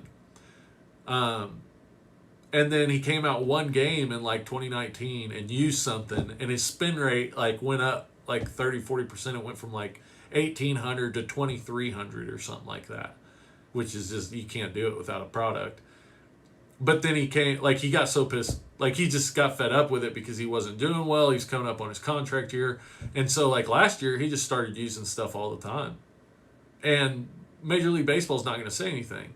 And I personally think, I'm not going to get too out in the weeds on this, but I think that's a lot of what happened with the Astros too, is everybody knew the Astros were cheating. But I feel like they weren't the only ones, and Major League Baseball wasn't going to say anything about it, because then if you call them out on it, then they're going to come out and they're going to call everybody else out. Like, we weren't the only ones cheating, yada, yada, yada. But for the way that turned out, that's why nobody had said anything, even though every catcher, every home plate umpire, every pitcher knew they were cheating. Like, it's obvious. You're sitting, if the batter can hear it, then if you're the umpire or you're the catcher or you're the pitcher, and every time you throw a changeup, you hear this really odd sound, obviously everybody knew, but they didn't do anything or say anything about it. It just so happens that these people on the internet came out and made this, big expose, and so now they have to address it, right? But because it happened that way, they have to address it, but also they can address it in a way to where the Astros don't feel like they have to call out every other baseball team that probably does the exact same thing. Like, otherwise, why would you be so out in the open about it unless everybody's doing it? Like, that's like you look at pitchers with the pine tar and stuff. Like, you can look on their arm, you can look on their neck, on the on their hat, on whatever. Like, there it is. Like, it's that obvious, And yeah, that's just baseball. Like, it's like a gentleman's agreement. Like, all right, everybody can do this. Like, we're not going to tell anybody, but we're just going to let everybody do it because everybody's already doing it.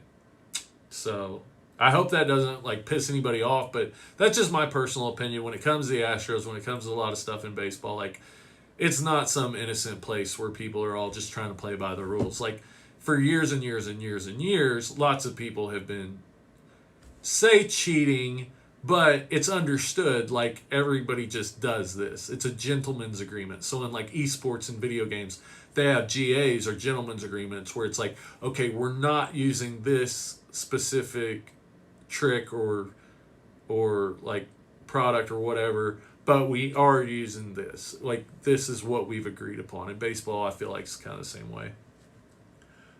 Schilling, his views. Oh, okay. Yeah, I'm waiting. Wasn't Schilling a big cokehead too? Or am I thinking of somebody else? I thought Schilling was like, he had a big coke thing. I think Clemens, well, basically, wait, let me take that back. Every baseball player in the 80s had a big coke thing. They loved cocaine.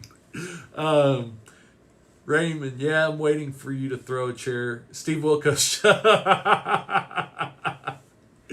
I should throw more chairs. That's what I should do. I should throw more chairs. That would really put asses in the seats. Chile is an outspoken conservative and it's been crushed for his views. Oh, I didn't know that. Huh. That's weird. Like, but, like, lots of popular people are pretty out in the open about their politics, whether they're conservative or liberal or whatever. So that's weird that he would be singled out for that. Didn't think about that. He's been attacked for his views. Baseball is a business. They can't come out and say we caught a team cheating. Right. Yeah, that's kind of how I feel about it. Like, they don't want to draw any negative attention. And, when the Astros got caught, they didn't get caught by baseball. Everybody already knew. They got caught by a bunch of guys on the internet. So then Major League Baseball comes out and is like, all right, guys, we got to go through the whole song and dance. Like, go tell everybody you're sorry. And I think it was really cheap that a bunch of guys around baseball, like Mike Trout and Aaron Judge and all these guys, came out and were talking all this trash when they knew all of this was going on. They all knew all this was going on. So for them to come out and talk all this trash after the fact, I feel like is wrong. Like, I don't like that they're going to come out and say, yeah, and everybody in baseball's doing it. It's like, oh yeah, the Astros cheaters, and they stole the MVP from they stole the World Series and they stole the MVP. And all right, well, maybe so, yada yada, whatever. But like, you're telling me you kept your mouth shut for 3 years and then now, like, you're gonna come out and talk trash? Like, that's kind of cheap in my opinion, but whatever. So it's like an unwritten rule. Yeah, exactly. Yeah, I think, it's more of like an unwritten rule. Yeah. It's not, it's more of like just, like, yeah. Nobody's going to say anything because they're not the only ones doing it. Just the same way as, like, pitchers using pine tar or resin or whatever to get more spin on the ball, or guys doing coke in the 80s, or guys doing steroids in the 90s, or whatever. Like, it's just always been that way. It's like, we're not going to bring attention to it because everybody's doing it, basically. Everyone cheats. Yeah. It looks that, yeah, and I think it looks that way. Like, yeah, Astros are the ones that got caught. That's kind of how I feel about it. It wasn't right, but I don't think they were the only ones doing it either. They all probably were coking it up for sure. Oh, oh gosh, you guys really need to watch Secret Base. Secret Base is one of my top 5 favorite YouTube channels, and oh gosh, who is that guy? They talk about. They do all these like statistics and chart-based shows on different players and different teams. They're based out of Seattle. Who is the guy they did that one on? The guy that used to he played for the Cardinals and he played for the Royals. And he did a bunch of coke in the 80s. And they were talking about how everyone did coke in the 80s. And how they like came out and were talking about it. It's so funny. Oh my gosh. What is that guy's name? Let's see. He was on the Braves in 91. Atlanta Braves.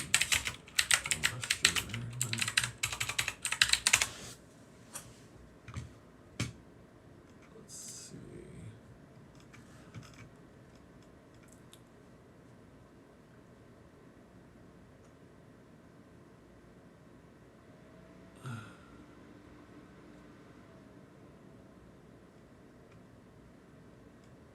Infielders.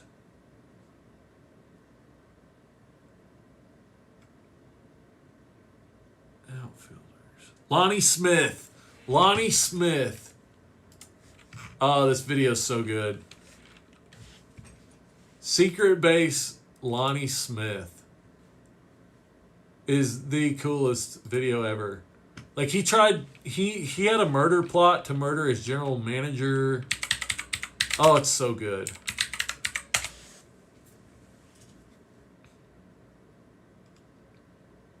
I know he's got a video on Lonnie Smith.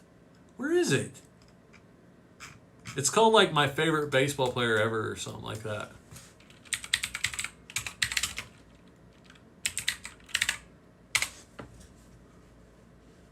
Pretty good. Episode 3.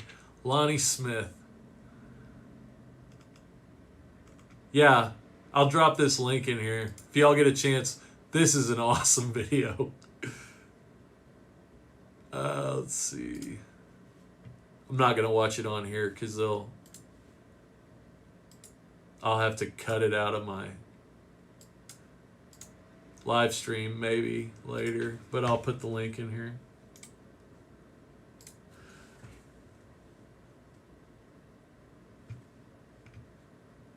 Media writers tend to be liberal.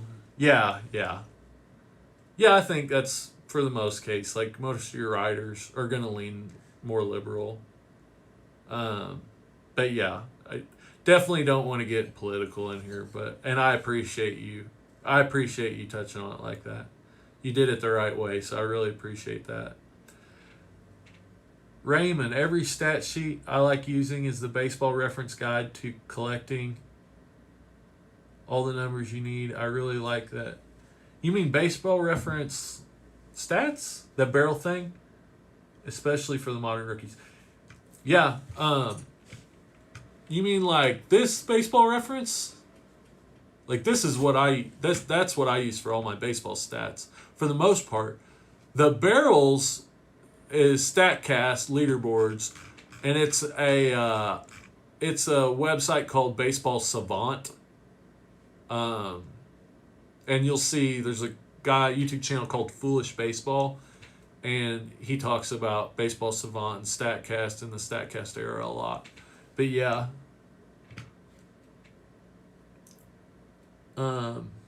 Guys betting on baseball. Yeah. Have y'all ever heard the conspiracy theory that that's why Michael Jordan went to the minors is because he got caught betting on basketball, and not on the Bulls, but betting on sports or betting on basketball. And instead of getting, like, it was like a unspoken suspension.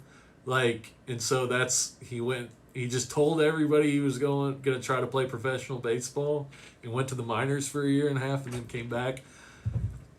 I don't know, but it's a little bit odd to see the best basketball player maybe ever to just decide that I'm going to go try to play baseball for a couple of years. That's kind of interesting to me. But yeah. So baseball is just corrupt through and through. Baseball makes no sense. The more you get into baseball, the more it makes absolutely zero sense. Oh. Yeah. Yeah. It kind of is. It's awesome. Gotta love it. Yeah. Army guy. One dude threw a perfect game on LSD. Who was that? That's true, though. Or supposedly it's true.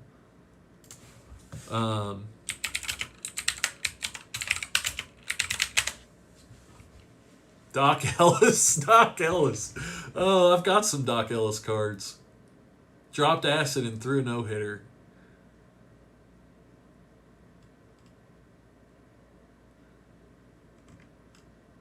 Oh gosh, I'm totally going to watch a video about this later.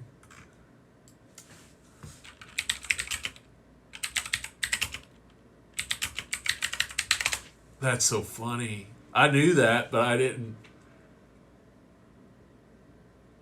I had the acid in me, he says.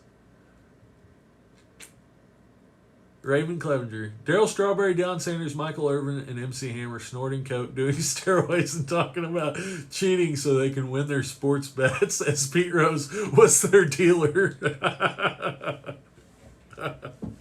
Oh, yeah, it's probably more true than you think. Really. Yeah.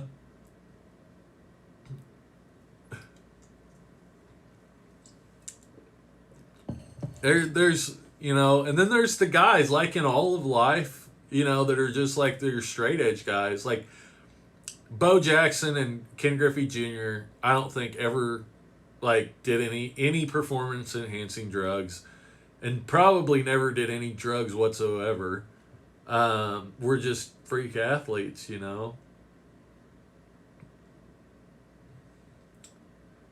Doc Elson. Documentary's amazing. There's a documentary on Netflix. I'm trying to see if I can find one from one of the channels that I watch, because I know they're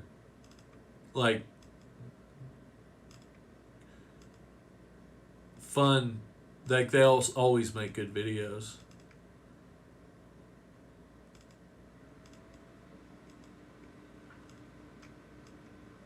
Oh, have y'all ever seen this kid, Blaze Jordan? Oh my gosh. This kid's 15 years old and hits 500-foot home runs. Which Bryce Harper was kind of like that. But yeah, if you've never seen this kid, Blaze Jordan, he was hitting 500-foot home runs when he was 14. And I think right now he's 15. Yeah. Ridiculous. Redonkulous. Absolutely redonkulous. I think this is it. No.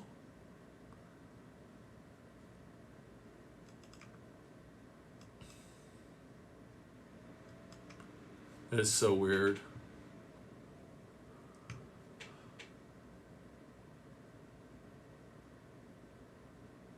Jesse, this is both sad but funny. Yeah. Yep. Pretty much. It's kind of like the pride you take in the fact that these sports have been able to survive at all, let alone for the last 100 years or whatever. Is just this is both sad but funny. Yeah, pretty much. You know Doc Ellis? Army guy? You know Doc Ellis personally? That's interesting. Blaze Jordan personally. Oh wow, he's got drafted by the Red Sox. He's in Mississippi. Yeah, that's right. I couldn't remember if he. A lot of guys, a lot of those young guys come out of Texas, but yeah, I remember that now that he's from Mississippi. Your buddy built his personal batting cage at his house. He gave me a game signed and baseball signed. Wow. Yeah. Blaze Jordan. That kid is impressive. Oh my gosh. That is just so weird and impressive to watch that kid hit 500-foot home runs. And then also, like, he seems like a really cool kid. Real, Mississippi guy, kind of soft spoken, seems pretty humble. That goes a long ways in sports, and life in general. He's committed to Mississippi State. Bonnie, you do have excellent content as a great personality. That's why I tune in. Well, thank you. I'm glad you do. Thank you. That's very. I'm flattered. Flattered. Army guy. I watched the Notre Dame bowl game at his house 2 years ago. That's surreal, dude. At Blaze Jordan's house. Wow. That is surreal. It really is. Like that. I mean, Bryce Harper is the last guy to come out of that amateur home run derby that put on that kind of show at that kind of age. So yeah, if he comes out, he could come out and be the best player in baseball in 3-4 years. Sports Illustrated wanted to do a Bryce Harper story on him, but his mom nixed it to keep him humble. Oh, wow. That's cool. And his mom's probably really smart because, regardless of how much money or attention that would have got him, in the long run, he's probably way, way, way ahead not doing it and, having that big head. He skipped his commitment and signed with the Red Sox. That's probably a good idea. Like, you want to take your however many $1 million signing bonus and miss out on college, or go to college and take the chance of getting hurt really bad and wind up with nothing. Like, I'm probably going to go with the Red Sox. Probably going to go with the Red Sox. Raymond, yeah, buddy, was going to bed. Now I've been watching and typing for 30 minutes. Yes, that's what I'm here for. Is helping people to do what they want, not what they need to do.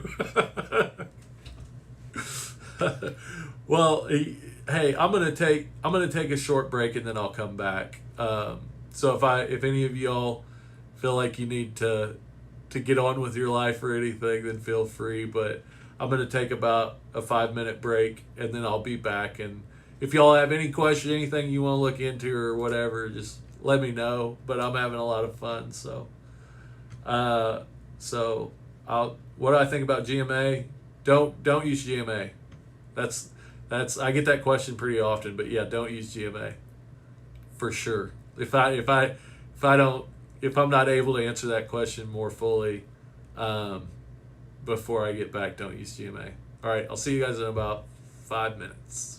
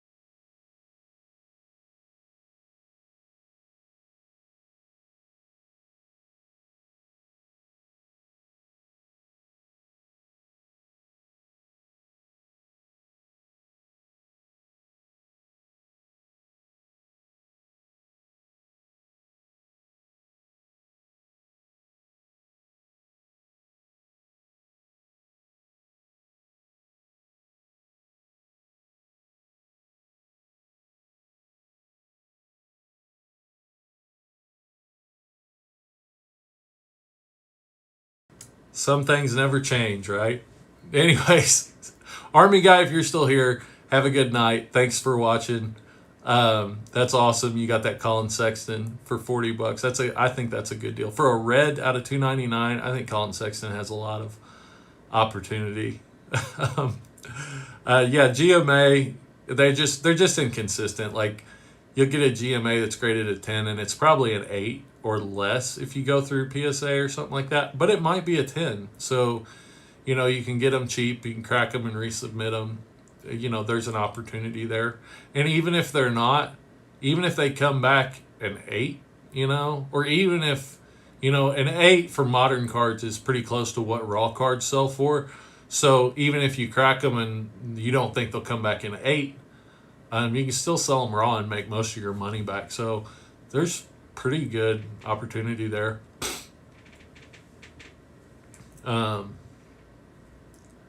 But yeah, I think Colin Sexton's an awesome opportunity right now. He's exciting. His numbers are trending up. And yeah, I think that's a good buy. For $40, yeah.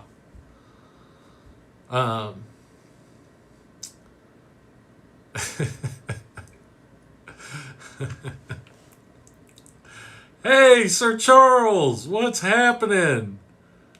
What is crack-a-lackin'? Glad to see you. Thanks for being here. I just took a break, so my my audience has dropped off a little bit, but that's okay. The diehards are still going strong, so thanks for being here. We were just talking about Doc Ellis throwing a no-hitter on LSD, which is a thing that happened in baseball. one of those odd things that happened in baseball.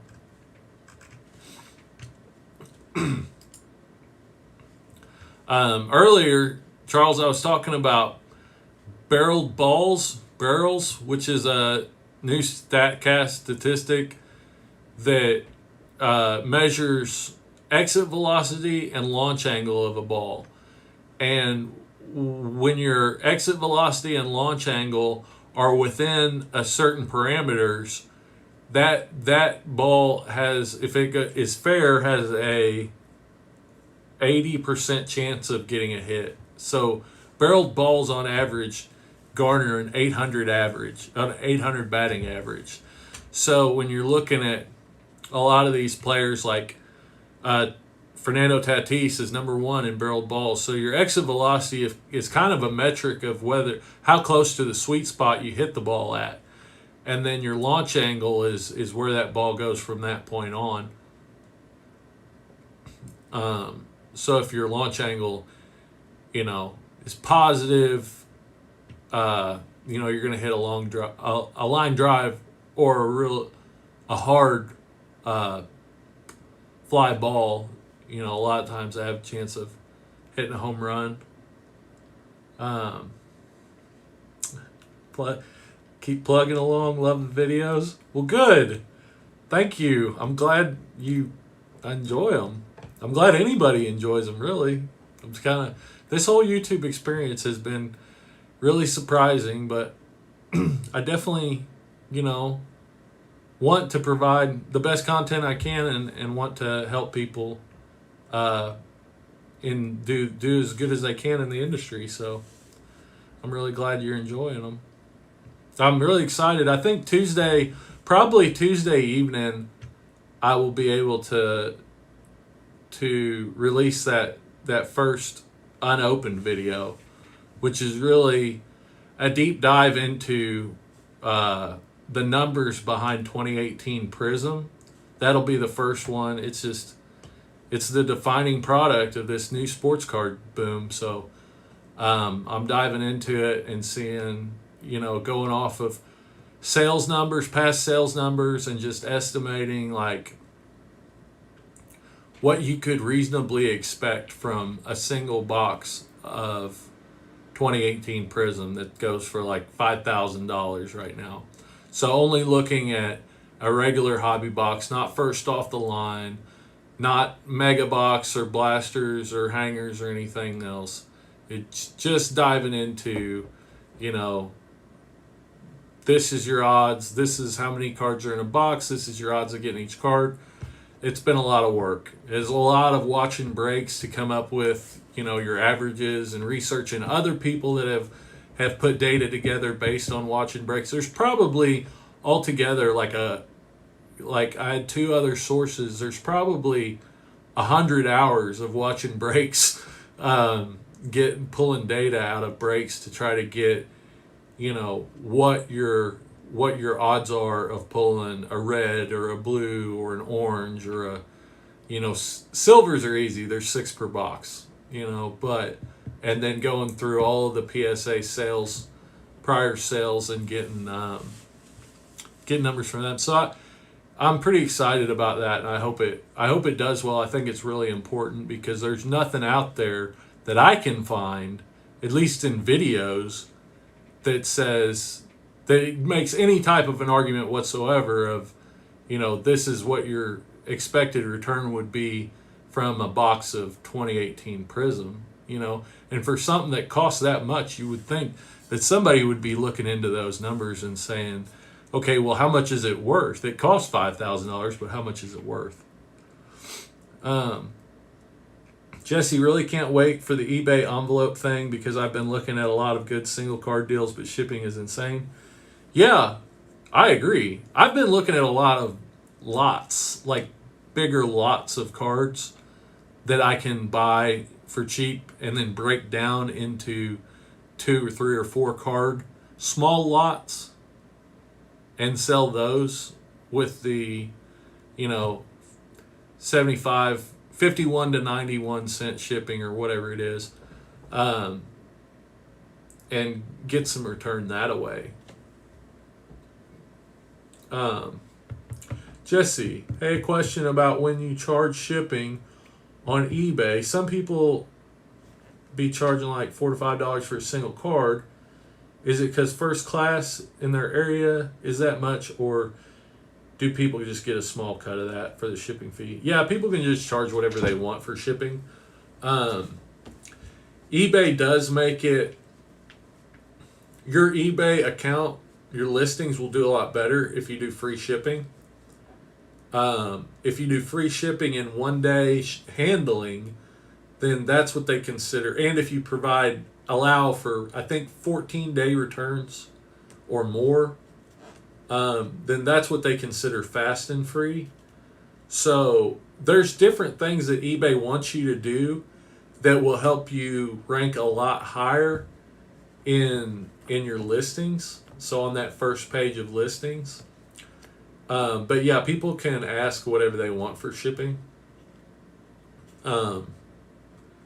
And, you know, but if they put on their first class or priority or whatever, then they need to provide that.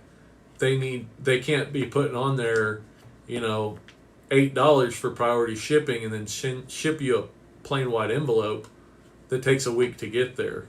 You know, they shouldn't be, but they can, it happens, but they shouldn't be doing it that way. Sir Charles just picked up LeBron James 03 Upper Deck City Heights rookie. Oh, I like that. I like those. I like those a lot.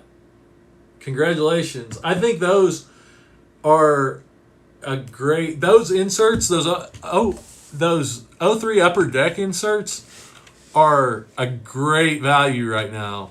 Like I really liked that Air Academy insert that I showed on that video. But I saw those City Heights, and those are good too. A lot of those Upper Deck inserts are really good.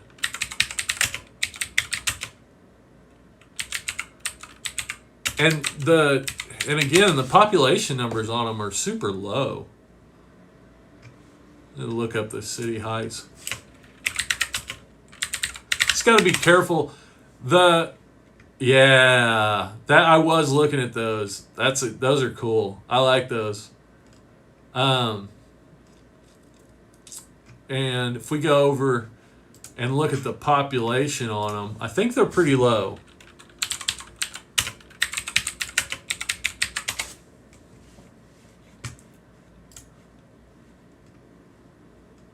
Let's see here. There was a lot of inserts in that year.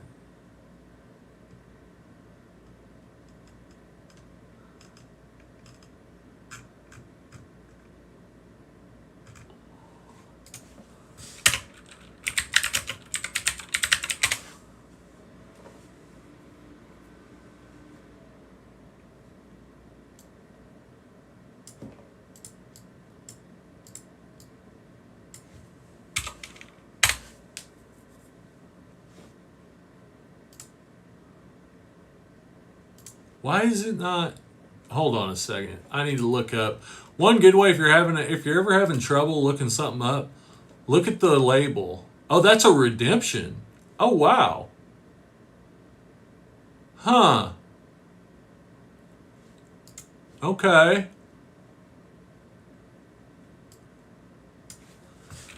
So, Upper Deck Basketball.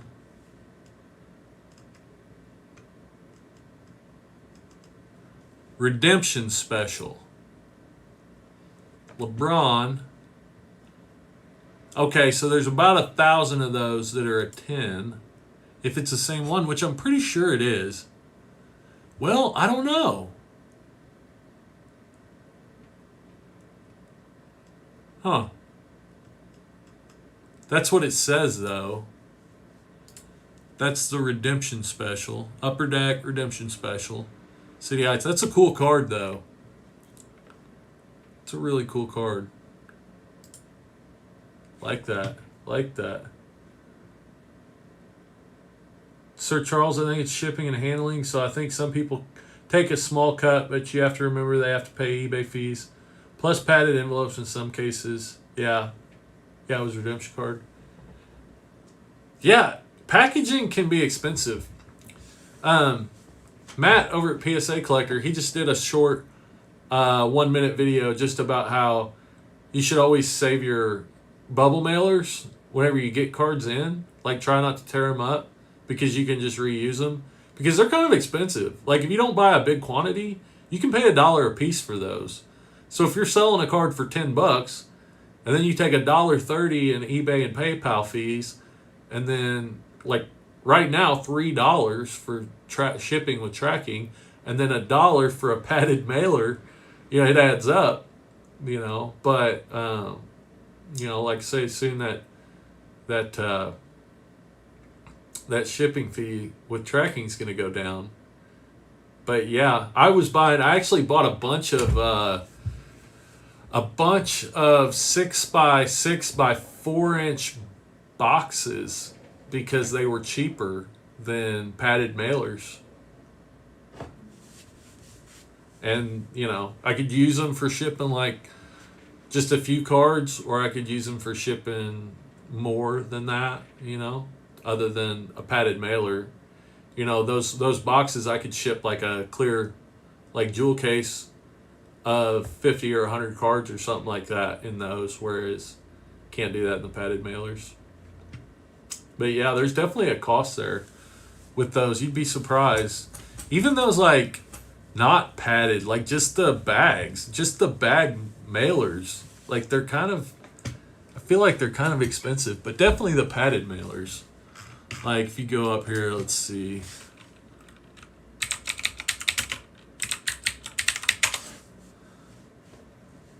Padded mailers. Let's see.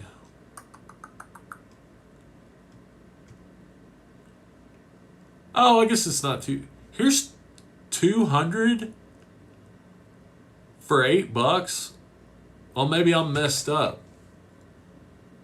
500. What? Hold on. Size 5 by. Let's just go with the smallest. 4 by 7. Quantity. Oh yeah, 50. So 50 of them, $8.50. That's not bad. It's like 43 cents a piece.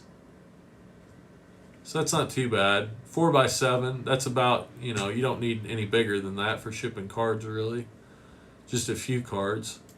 If you get 100, They're 13 cents a piece. That's pretty cheap. What was 50? 8.53.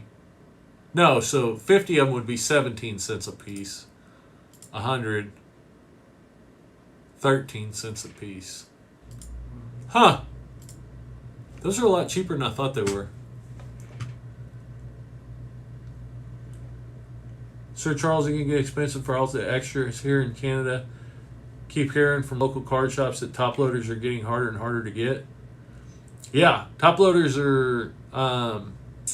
There was a huge, supply issue for the last couple months. A lot of people didn't notice it, but definitely your card shops noticed it. They couldn't get their bulk supply, so if you go over to BCW's website and we go to Toploaders, I don't think they have any in stock. I don't think you can buy them off their website right now. At least a while, not very long ago, you couldn't.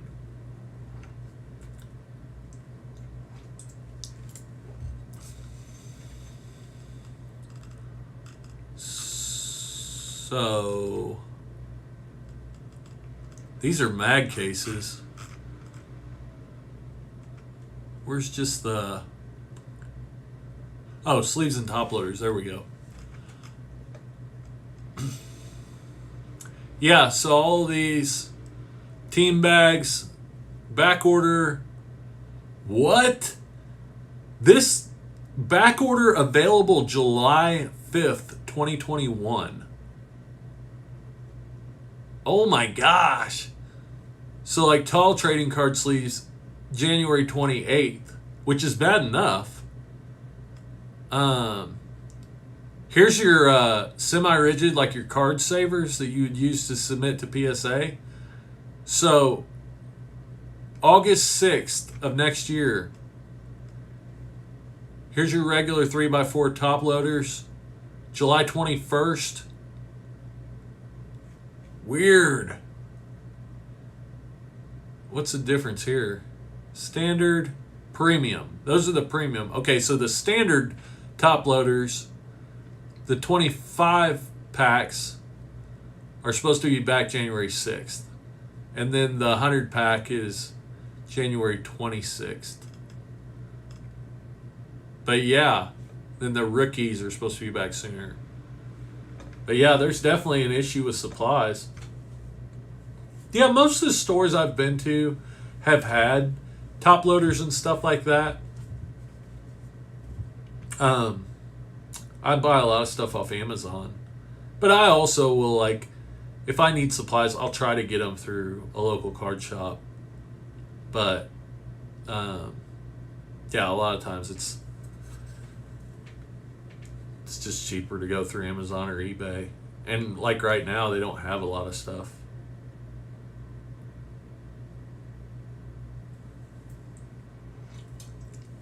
Do you collect comic books, Bonnie?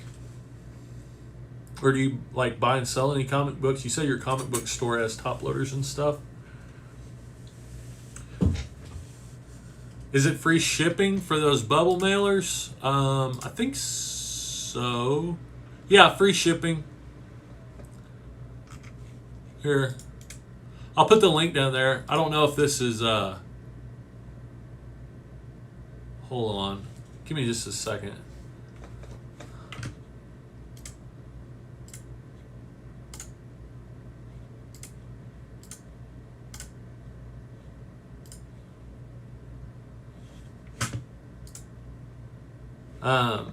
I don't know that that's necessarily the best deal on eBay right now for padded mailers or whatever, but I'll go ahead and put a link. That's a starting point anyways.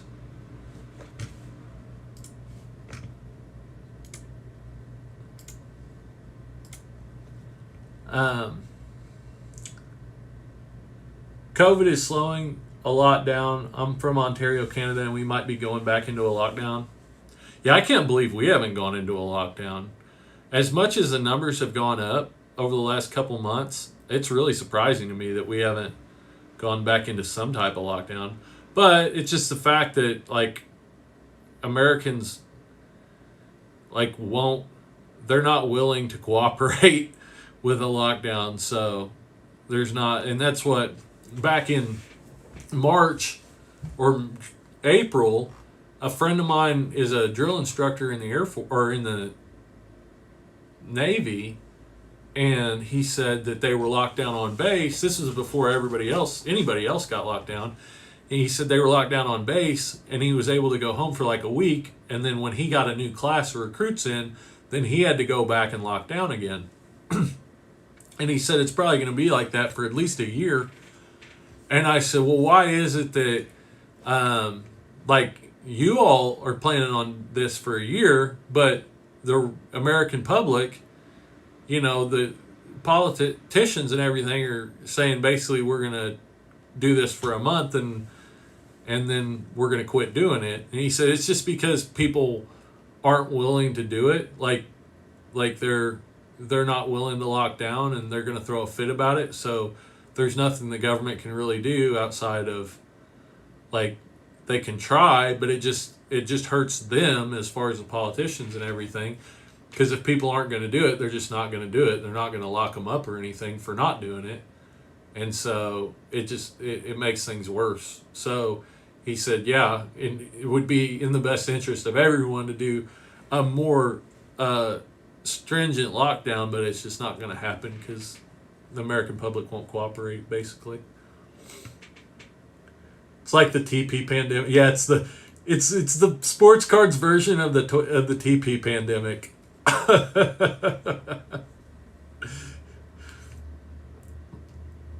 Jesse, Americans complain about rising cases but keep going out. Yeah, pretty much. I did see Toploaders in sleeves today. That's cool. Sir Charles, people here are the opposite. Majority want the government to shut it down. When I go out, 99% of people are masked up. Yeah. And a lot of people, I think I'll just do this and then we'll get off the whole mask thing because I really don't want to get too off topic. But I really feel bad for the older people in our society because when you go out, 90% of people over the age of 60 are wearing a mask because it's really, really serious for them. And I feel like this whole time, the message that we've put forward is we really don't care about you. And that's really sad. And I can just see it, when I go out to the grocery store or whatever, like these people are scared for good reason. Like they're dying at a pretty high rate, pretty high clip. But, yeah, I think that's one of the worst things that's come out of this whole thing is that I feel like that's the message we've sent to our elderly is that you're not, like, your life's not important. It's terrible.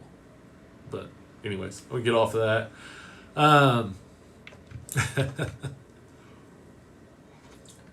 I try not to talk about too much off-topic stuff on here as best I can anyways. I want to look more into this StatCast, this balls-barreled leaderboard.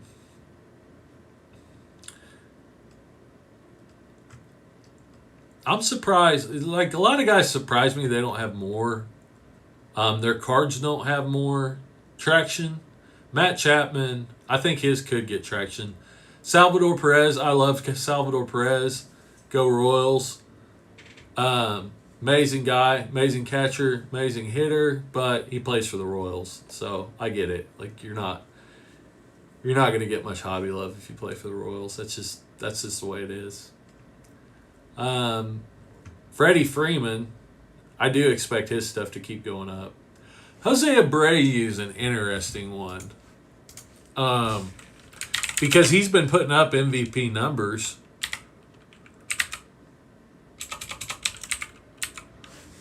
For the last couple of years. Yeah, like 3.1 WAR last season in whatever it was, like 50 games or whatever. That's crazy.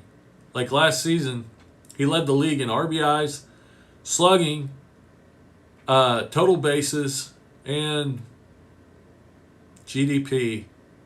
I don't know I don't know what GDP is. But anyways, he's led the league in it the last 2 years. And won the MVP this year.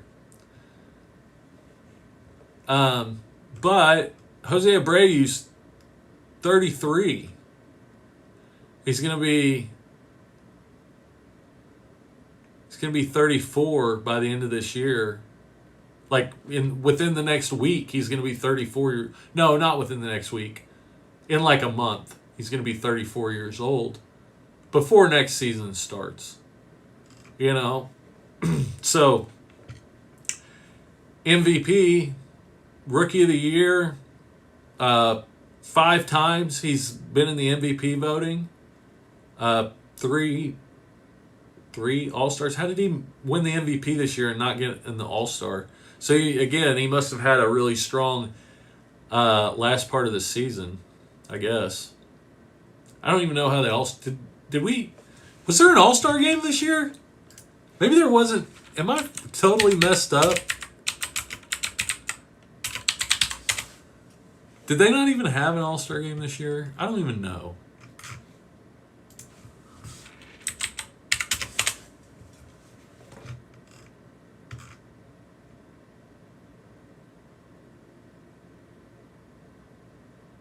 So did they pick All-Stars, though?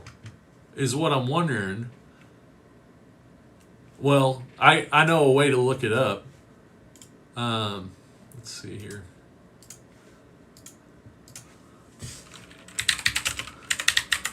Mike Trout, right? So if Mike Trout didn't have an All-Star appearance this year, then they didn't pick All-Stars. Yeah, so they didn't pick All-Stars for this year.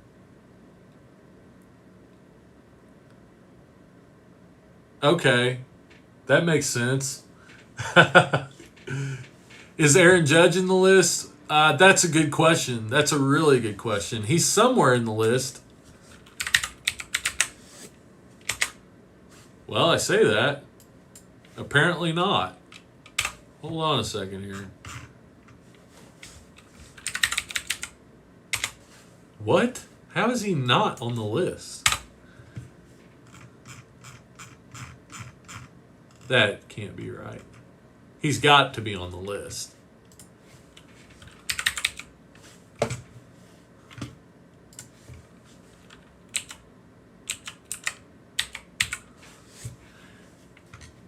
There's no way he's not on the list. He's not on the list.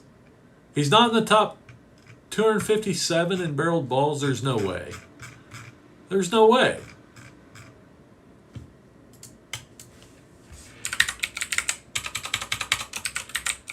But that is a really good question, because there's already, the question's already out that how is Aaron Judge going to hold up? As big as he is, how is he going to hold up over time, right? So if he also doesn't do well as far as barrels, like if his... Now he almost has to have a pretty good barrel rate. Barrel percentage. 11.6. He was in the top 2%, 1%, 2% of the league. In barrels and exit velocity, he's still pretty good. Like, his barrels should be pretty good, but he wasn't on that list. Why was he not on that list? That's weird. So, I mean, his percentage is high. Like, 2017, he had 25.7 barrel percentage.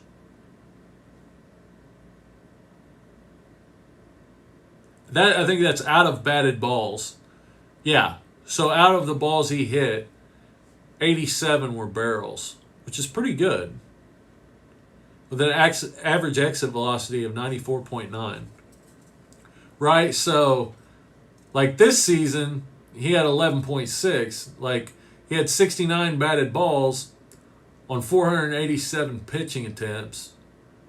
Or whatever pitches with 8 barrels. So his barrel percentage went down quite a bit.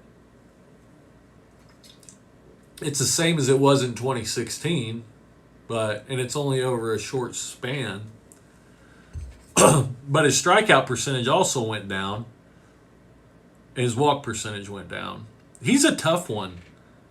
He's a tough one for sure, because as big as he is, I mean, it's going to be hard for him to age well. He's 6'7", 282 pounds, right? So his size is going to make it hard for him to age well, right? They need to move him to first base, like right now, but they can't with their current lineup unless they don't sign DJ LeMahieu back, because of like the way they need to move things around. But if they could move him to first base, these numbers say his hitting will hold up. If his body holds up, I mean, his hitting will hold up for the most part. He's still going to strike out a lot, and he's not going to walk a whole lot, but he does have a pretty good barrel percentage of the balls that he hits. He's probably gonna hit a lot of home runs still. Got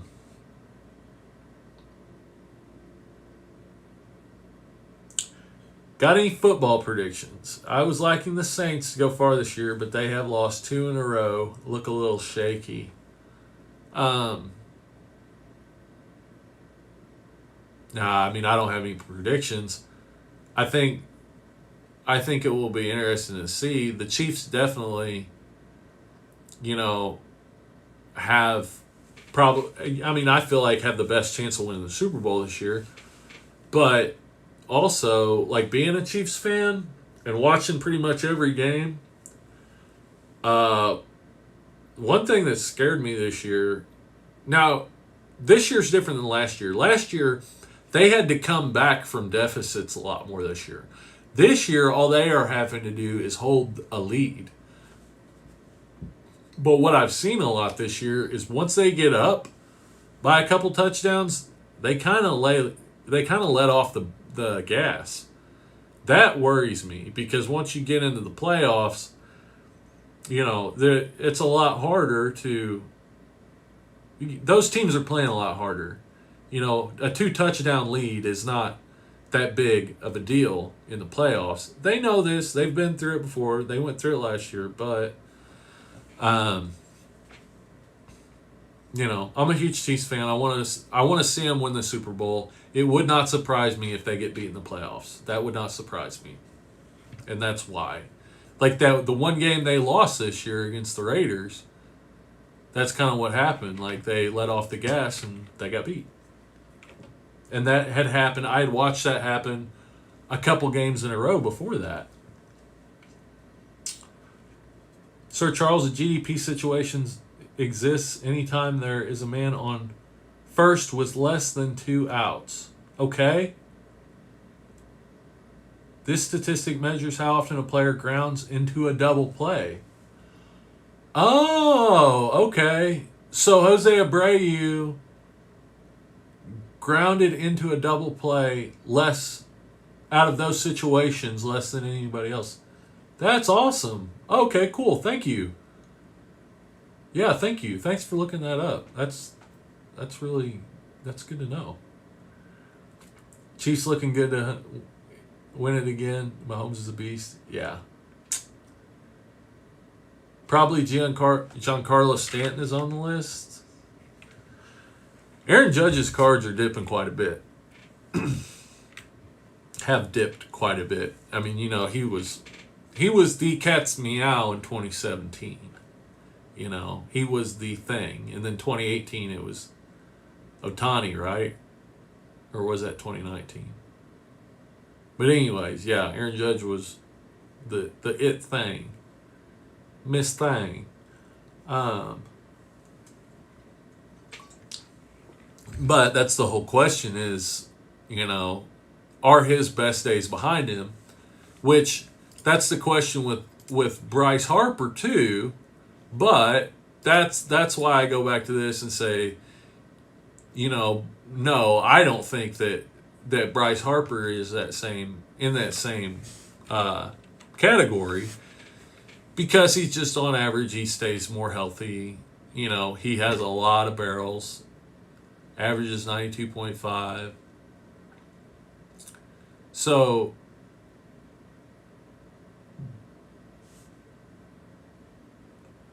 what was his? Let's see here. Yeah, he's got a lot better chance of staying in the leaderboards, in the top of the leaderboards over time. I don't feel like, I'm not very bullish on Aaron Judge. There are other guys that I feel like have a better opportunity that are in that kind of age group. So Bryce Harper, Alex Bregman, Matt Chapman, Freddie Freeman, that are kind of in that coming up on 30 group. Or I think Freddie Freeman, he might be 30 years old. That with a couple, like 1 or 2 good seasons, their cards will get more attention. I feel like Freddie Freeman's like right on the brink. Like his cards, I feel like are right on the brink of getting some serious attention. This is a guy that's dang near a shoe-in for the Hall of Fame. Almost. He's almost a shoe-in for the Hall of Fame. And one of the, something that you can't measure, but it is also important when it comes to the Hall of Fame, he is almost beloved. He is considered the nicest guy in baseball. Freddie Freeman is. And it's great. Even opposing fans love Freddie Freeman. So that's pretty interesting. I find that really interesting.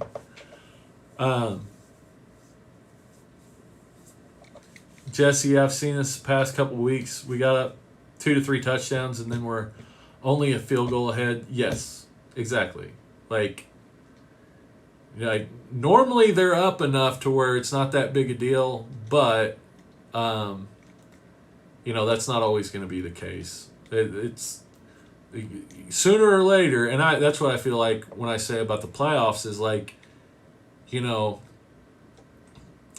you get in that situation where you're in the fourth quarter and you're up by 10 points. It only takes one game where somebody has a ball fall their way or an interception or whatever, and you're done. You're done. That's not a good position to be in the playoffs. It's one thing when you're playing as hard as you possibly can and you're up 10 points. It's definitely better to be up 10 points than it is to be behind. But it's a complete another thing whenever you're just playing hard enough to win the game.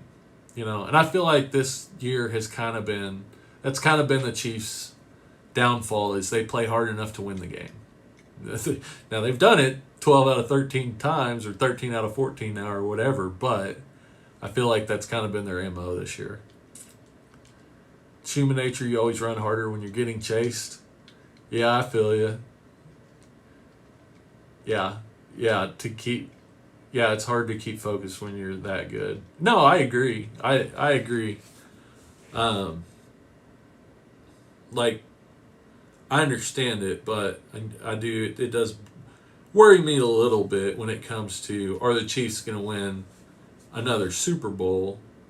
Well,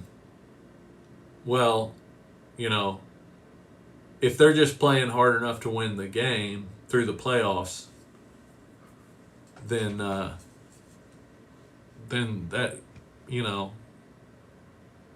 that's going to be tough. It's going to be that much tougher. Jesse, I've been really discouraged in collecting recently because of prices and hype.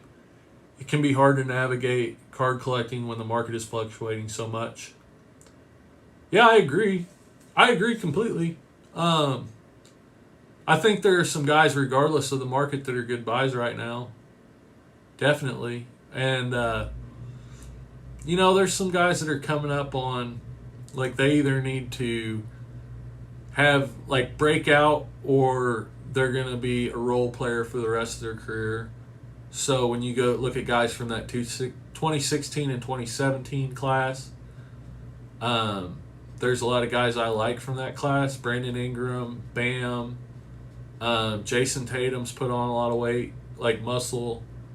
And he's also in that position where he's kind of leading the team and, gets a lot more attention. So I think there's some guys there that I don't know about Tatum. Like he's already got kind of a premium on his cards, but I definitely think there's some guys there that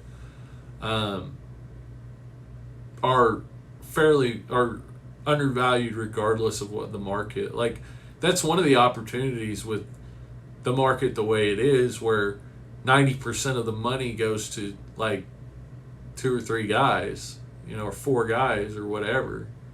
That leaves a lot of holes where, you can pick stuff up for cheap of guys that have a lot of opportunity. So, like, Kevin Durant, like, his cards are way, way undervalued because people don't know what he's going to do when he comes back with this Achilles. If he comes out and he's Kevin Durant again, his cards are going to go up, pretty much guaranteed to go up. He comes out and he's a lesser version of Kevin Durant, then not so much. I don't think you'll lose money or not much on a Kevin Durant rookie card, but you're not going to see a big increase. It's a risk you take. I think it's a risk worth taking with Kevin Durant stuff, but it is a risk you take. I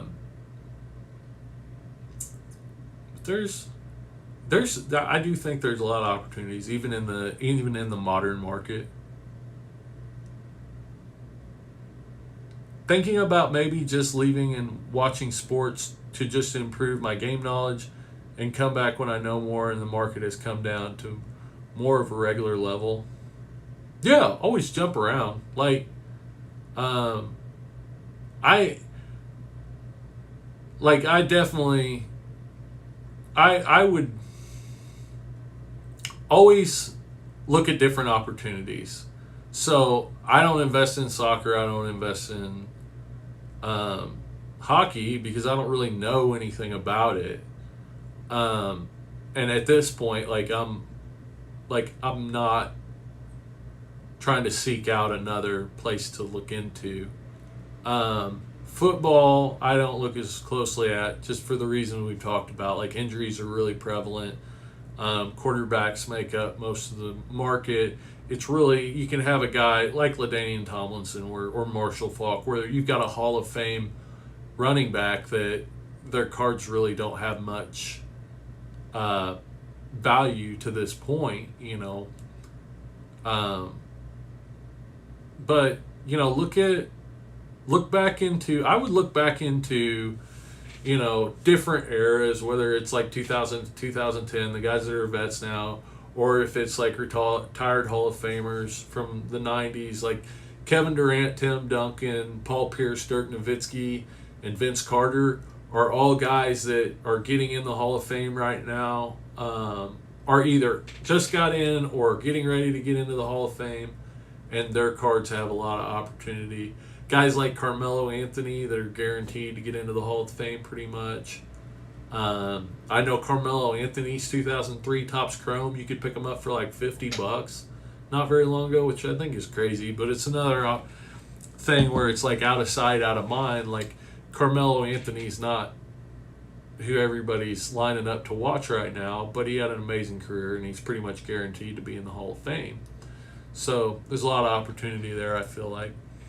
But yeah, so that, look at different eras, look at different, sports maybe, sit back and enjoy yourself, Basketball season just started.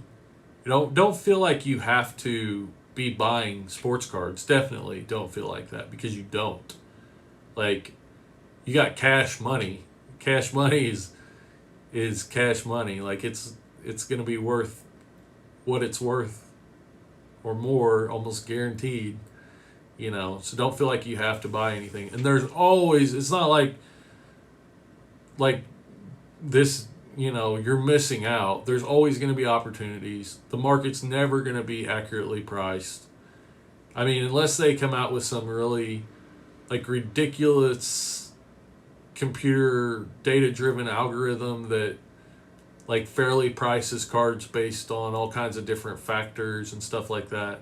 I've been thinking about that lately. There's definitely a chance that somebody puts something like that together, of an algorithm that just goes through and finds buying opportunities in cards that people don't see based on rarity and statistics and all kinds of different things, public opinion, whatever. You could set it up to where it takes into account Google trending search words. So if somebody's searching more, if the search volume for Frank Thomas has been increasing month over month for the last 6 months, then you should be investing in Frank Thomas because his cards are going to get more attention or whatever. I could see that being a thing, but that's a cold, ridiculous tangent. You should never feel like you have to be investing in sports cards because you're going to miss out. Fear of missing out should not be a reason you buy or sell, really. Just enjoy it. It's meant to be a hobby. It's meant to be enjoyable. Sir Charles, do you like to keep your cards in top loaders or one touch? I find that card moves a bit in a one touch. Yeah. Top loaders. Sleeves and top loaders. If if I get a card that I want to, that I feel like is good enough that I want to get it graded either now or I feel like I will want to get it graded down the line. So so certain cards in a PSA 9 might not be worth grading right now, right? So even if I send a card in and I think it has a good chance of getting a PSA 10, I'm going to be looking at the PSA 9 price. So if that card comes back a PSA 9 and PSA 9s are selling for 15 or 20 bucks and the 10s are selling for 60 to 75, then that's a card that I'll probably hold on to and say, well, I'm going to wait until that PSA 9 is selling for 40, and then I'll send it in to get graded. At least if I want to sell it, I'm making a little bit off of it. Anyways, roundabout thing here is if I get that card, whether it's through eBay or I pull it out of a pack or whatever, if I feel like it's good enough that I'm going to be wanting to get it graded, then I'll go ahead and sleeve it and move it into a card saver. Prepare it to go ahead and send to the grading company. That way I don't have to touch it again. I don't have to move it to something different. One touches I think are really great for thicker cards, like patch cards and stuff like that.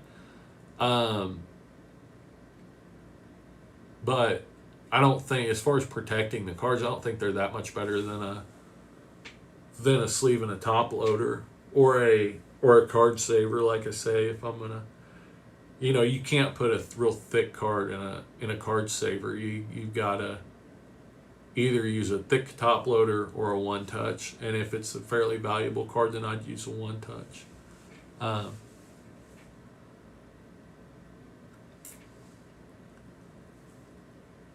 Sir Charles, I totally hear you, Jesse. It's hard to keep up. Yeah, it is. It's overwhelming. And so many people are in your face telling you, buy now, buy now, buy now. And that's silly. I even title stuff that way, but you really shouldn't feel that way. Because you don't. You don't have to. And, there's always good opportunities out there. There is some stuff, 2001 Topps baseball home team advantage sets. I would like to buy every one that comes across eBay for the prices that they're going at. If I could find cases of 1990 score baseball factory sets, I would buy those up and not think twice about it because they've got the bow breaker in them. And the bow breakers at in a PSA 10 are going for like 180, I think. Not the bow breakers, the bow dual sport. The one where he's got like football pads, I've got one of them, and a baseball bat behind his neck. Those are only in the factory sets. And there's 16 factory sets to a case. And the cases go for like $260 with shipping, or like $300 with shipping. So for 16 chances at a bow, football, baseball, PSA 10, plus all the other cards that are in there, like second year Griffey, Frank Thomas rookie, Larry Walker rookie, Sammy Sosa rookie, Deion Sanders rookie. I think those are all rookies. If not, there's a lot of rookies in that set. There is some stuff. 1998 Topps basketball hobby boxes, Series 2 hobby boxes at the prices they're going at for like $250 for a hobby box. I'd like to be buying all of the... There's some really good opportunities out there, in my opinion, of what I see, but it can definitely be overwhelming, and you definitely should never feel like you have to buy anything now, because even if that opportunity passes you by, there's 1,000 more waiting, you know? And I have trouble with that, like everybody does. You have to remind yourself of that. Like, I'm not out anything if I don't buy this right now. There's other opportunities down the line, and you know, there's a ton of opportunities. So don't ever feel like you have to buy anything. And honestly, in this market, like as hyped and as high as the market is, it's probably a terrible time to be buying anything. It's at least modern stuff. Like, the player could do amazing, and still 3 years from now, that card could be worth half of what you paid for it, even if you pay a good price for it. Like, I don't feel that way. Like, I bought 2 premier level Brandon Ingram rookies for $20 a piece, 2016 select. So that card, if Brandon Ingram does as good as he did last year and continues that, that's a good buy in my opinion. But that's before they started doing these huge increases in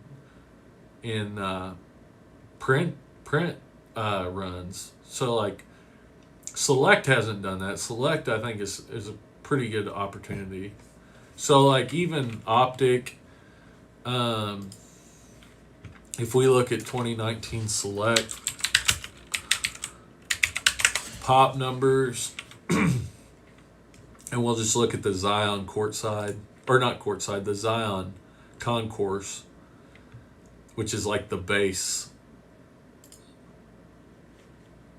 So there's only been 24,000 2019 Select cards graded, period, total, right?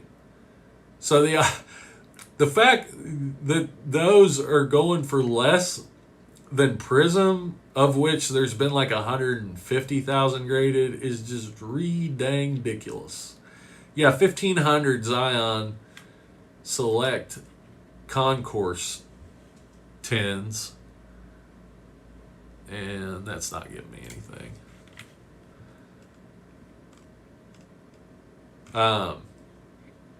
But yeah, but then Optic, I think even Optic is pretty high up there. And I'm not saying that every brand is the same and population numbers are all that matter by any means. But when you take a brand like Select that is a premium brand, it's in those top premium brands, and you compare it to Prism and Optic and Mosaic, like, you can make a pretty good comparison there. And when you have way, way, way lower population numbers and you have lower prices to go along with it, like, that to me is a no-brainer. Like, that's the one I want to buy. That's maybe old school thinking, but I don't care. Like, you can't convince me that that's not the right way to look at it. Like, I've been doing this for a long time. I know the power of rarity. So, for instance, like, yeah, 4,500 Optic base Zion 10s. And Select doesn't have as many parallels and different things either. They do have some, but not as many. But yeah, 4,500 compared to 1,500 Select, so 3 times as many optic base 10s. And here, just for example, let's look at this is where I'm coming from. 1971 Topps Baseball is my favorite vintage set and is very hard to get in a high grade. So only 242 10s have been granted out of this entire set. And less than 10,000 9s, right? So let me show you something here that's really crazy. Topps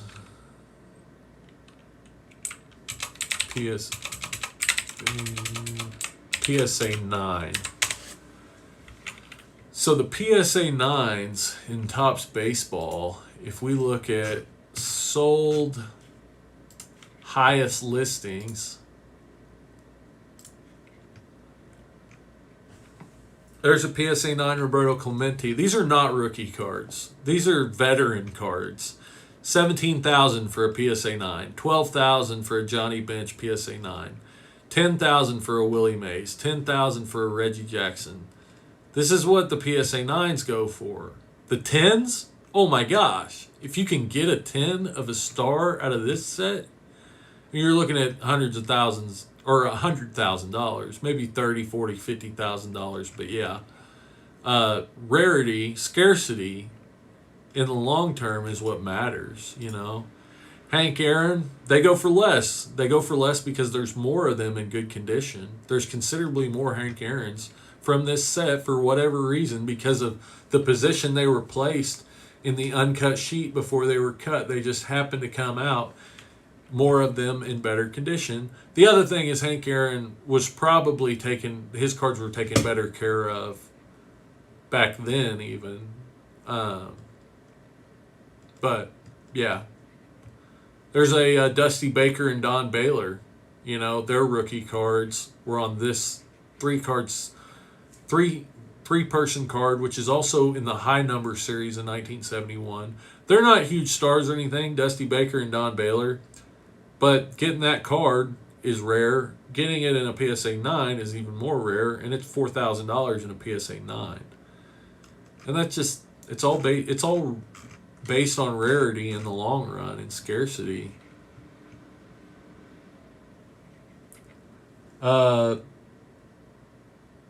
Jesse, especially because I'm new, I don't want to get accustomed to this market and then it'll all be over. Yeah, it won't be like this forever. I find it very rare. Those Brandon Ingrams are super cheap. I agree. They're super cheap. Premier level select is super cheap on, like, in general. Like, it's just way too cheap. Because the premier level select is even more rare than the concourse. So, like, if we go back to 2019 select, so, like, there was 1,500 Zion base concourse select, number 1. But the premier level, let's look and see what the population number on that is. And I'd like to look, let's see here, 2019 select Zion PSA 10. So the die cut green, oh, we don't want to look at, we just want to look at recent. Ended recently. Yeah, so the concourse, oh my gosh. The Zion concourse PSA 10 goes for $300. I mean, that's probably, like I said, for a select with 1,500 population, like, that's a reasonable price.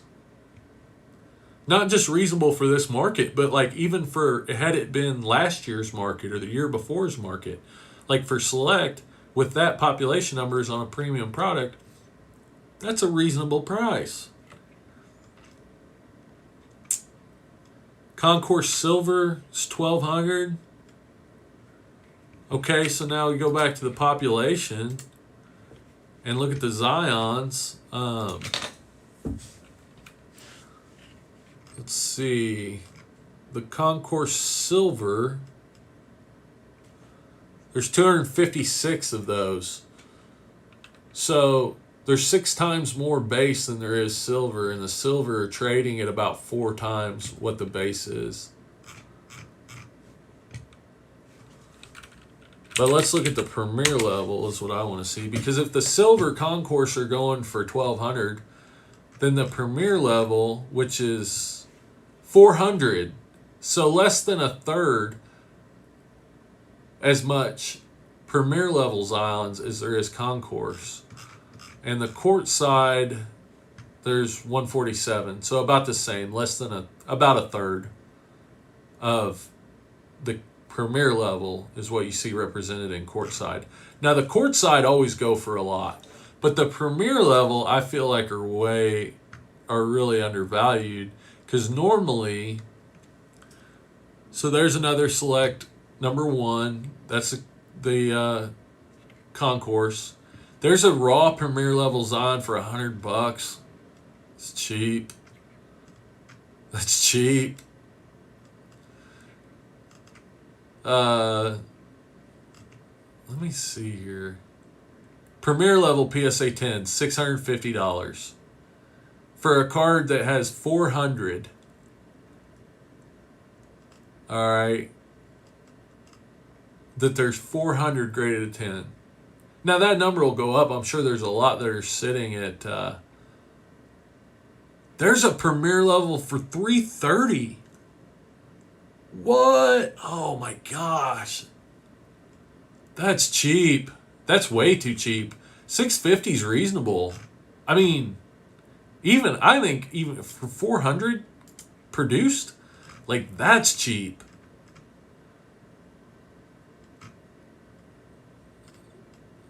Tiger Stripe Choice Replica. PSA 10 question mark. It's a reprint. If they're putting a question mark PSA 10. Yeah, I think that there's another premier level. So the premier level, some of them are trading in a PSA 10 for the same as what the concourse are. And they're like 3 times less of them. So that's what I'm saying. Now let's see what the court side go for. I bet you the court side go for a lot more. I bet they go for like over 1,000. These are the red, silver court side, ridiculous. Court side PSA 10, best offer. Yeah. So the court side PSA 10, the regular court side goes for $2,000. And there's 150 of those, so I get that. But there's 400 of the premier level, and at $650, okay, I can understand that. That's about a third of what the courtside are going for. But at $300 or $350, like that's super cheap, and that's what I've been seeing on the premier level, that mid-level select, kind of for the last couple months is like, this is just too cheap. Like Brandon Ingram, 2016 select rookies for $20 is just too cheap. Just too cheap. Oh, Jesse's got to go. Oh, I'll see you, man. Yeah, I'm probably going to wrap it up.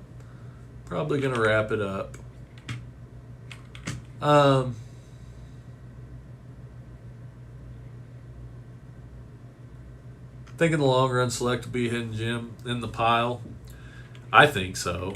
I like select more. I feel like there's more put into the cards. Like they're a better looking card. Prism's pretty basic. I mean, it's like a picture on a silver background. Like there's not even any court. Like if you look at a Prism card, there's usually not even any like actual basketball court behind it. You can't tell me that that's that the 2019 Zion Prism, just a frame with a picture of him, is a better looking card. Like, that's a way better looking card. I want that card. That's courtside. That's the $2,000 one. But even the premier level, it's just a better looking card. And the fact that they're so much cheaper. Oh my gosh. Oh my gosh. Give me a break. Jiminy Christmas.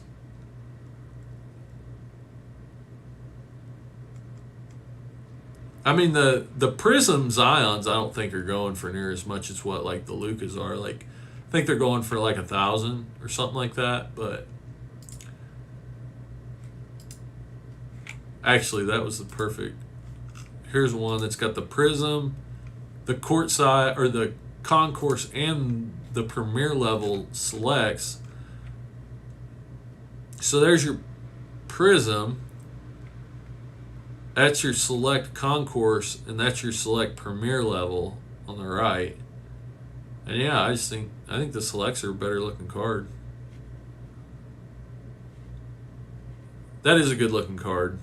Don't get me wrong, but I like the select more. I think they've got, with the population numbers, they've got way more long-term opportunity. Like the Prism is topped out. Like this is the thing with, like, you got Zion or Luka or Trey or John Morant. Like, they're at the top of the market, so they can't go up as much without the market going up along with it and taking everything else with it. Everybody, every other player's cards. If they continue to produce at the same or a better level, like, their cards are going to go along with it, right? So, with that being the case, like, there's not a whole lot of opportunity left, you know? What can Zion do to make him more valuable to a collector other than what he's already been doing, you know? I don't know. I mean, obviously, if him or Ja come out and they have numbers that are similar to what Luka put up in his second year, the same type of market, then they're probably going to gain those numbers too. But I would imagine at some point, like, people are going to realize, like, oh, hey, they've printed way too much of this stuff, and, like, maybe it's not as good a deal at $2,000 as what I think it is. I don't know. We'll see. There's a couple concourse guys wanting like $1,000 for them.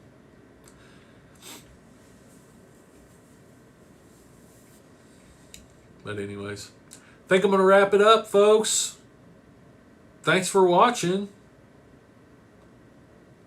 I'll like I said, I'm gonna try to drop that new video Tuesday night, unless something comes up. I've still got some work I need to do between now and then, but I'm gonna try to get that uploaded for Tuesday night. And then next weekend's Christmas, so probably not gonna have anything between Tuesday night and next week. I mean, it's probably gonna be a pretty slow week, but then I'm probably gonna do a stream. My next stream, I'm probably gonna do like actual go through and put some listings together on eBay. I want to do a bunch of draft listings for of like 2 and 3, 4 card lots for the new standard envelope program. So just make those up and have those ready so that when that program launches, then I can make those active and take advantage of that shipping discount. So that's probably what the next stream's going to be. But yeah, thanks a lot. I'll catch you later. Have a wonderful evening. Bye.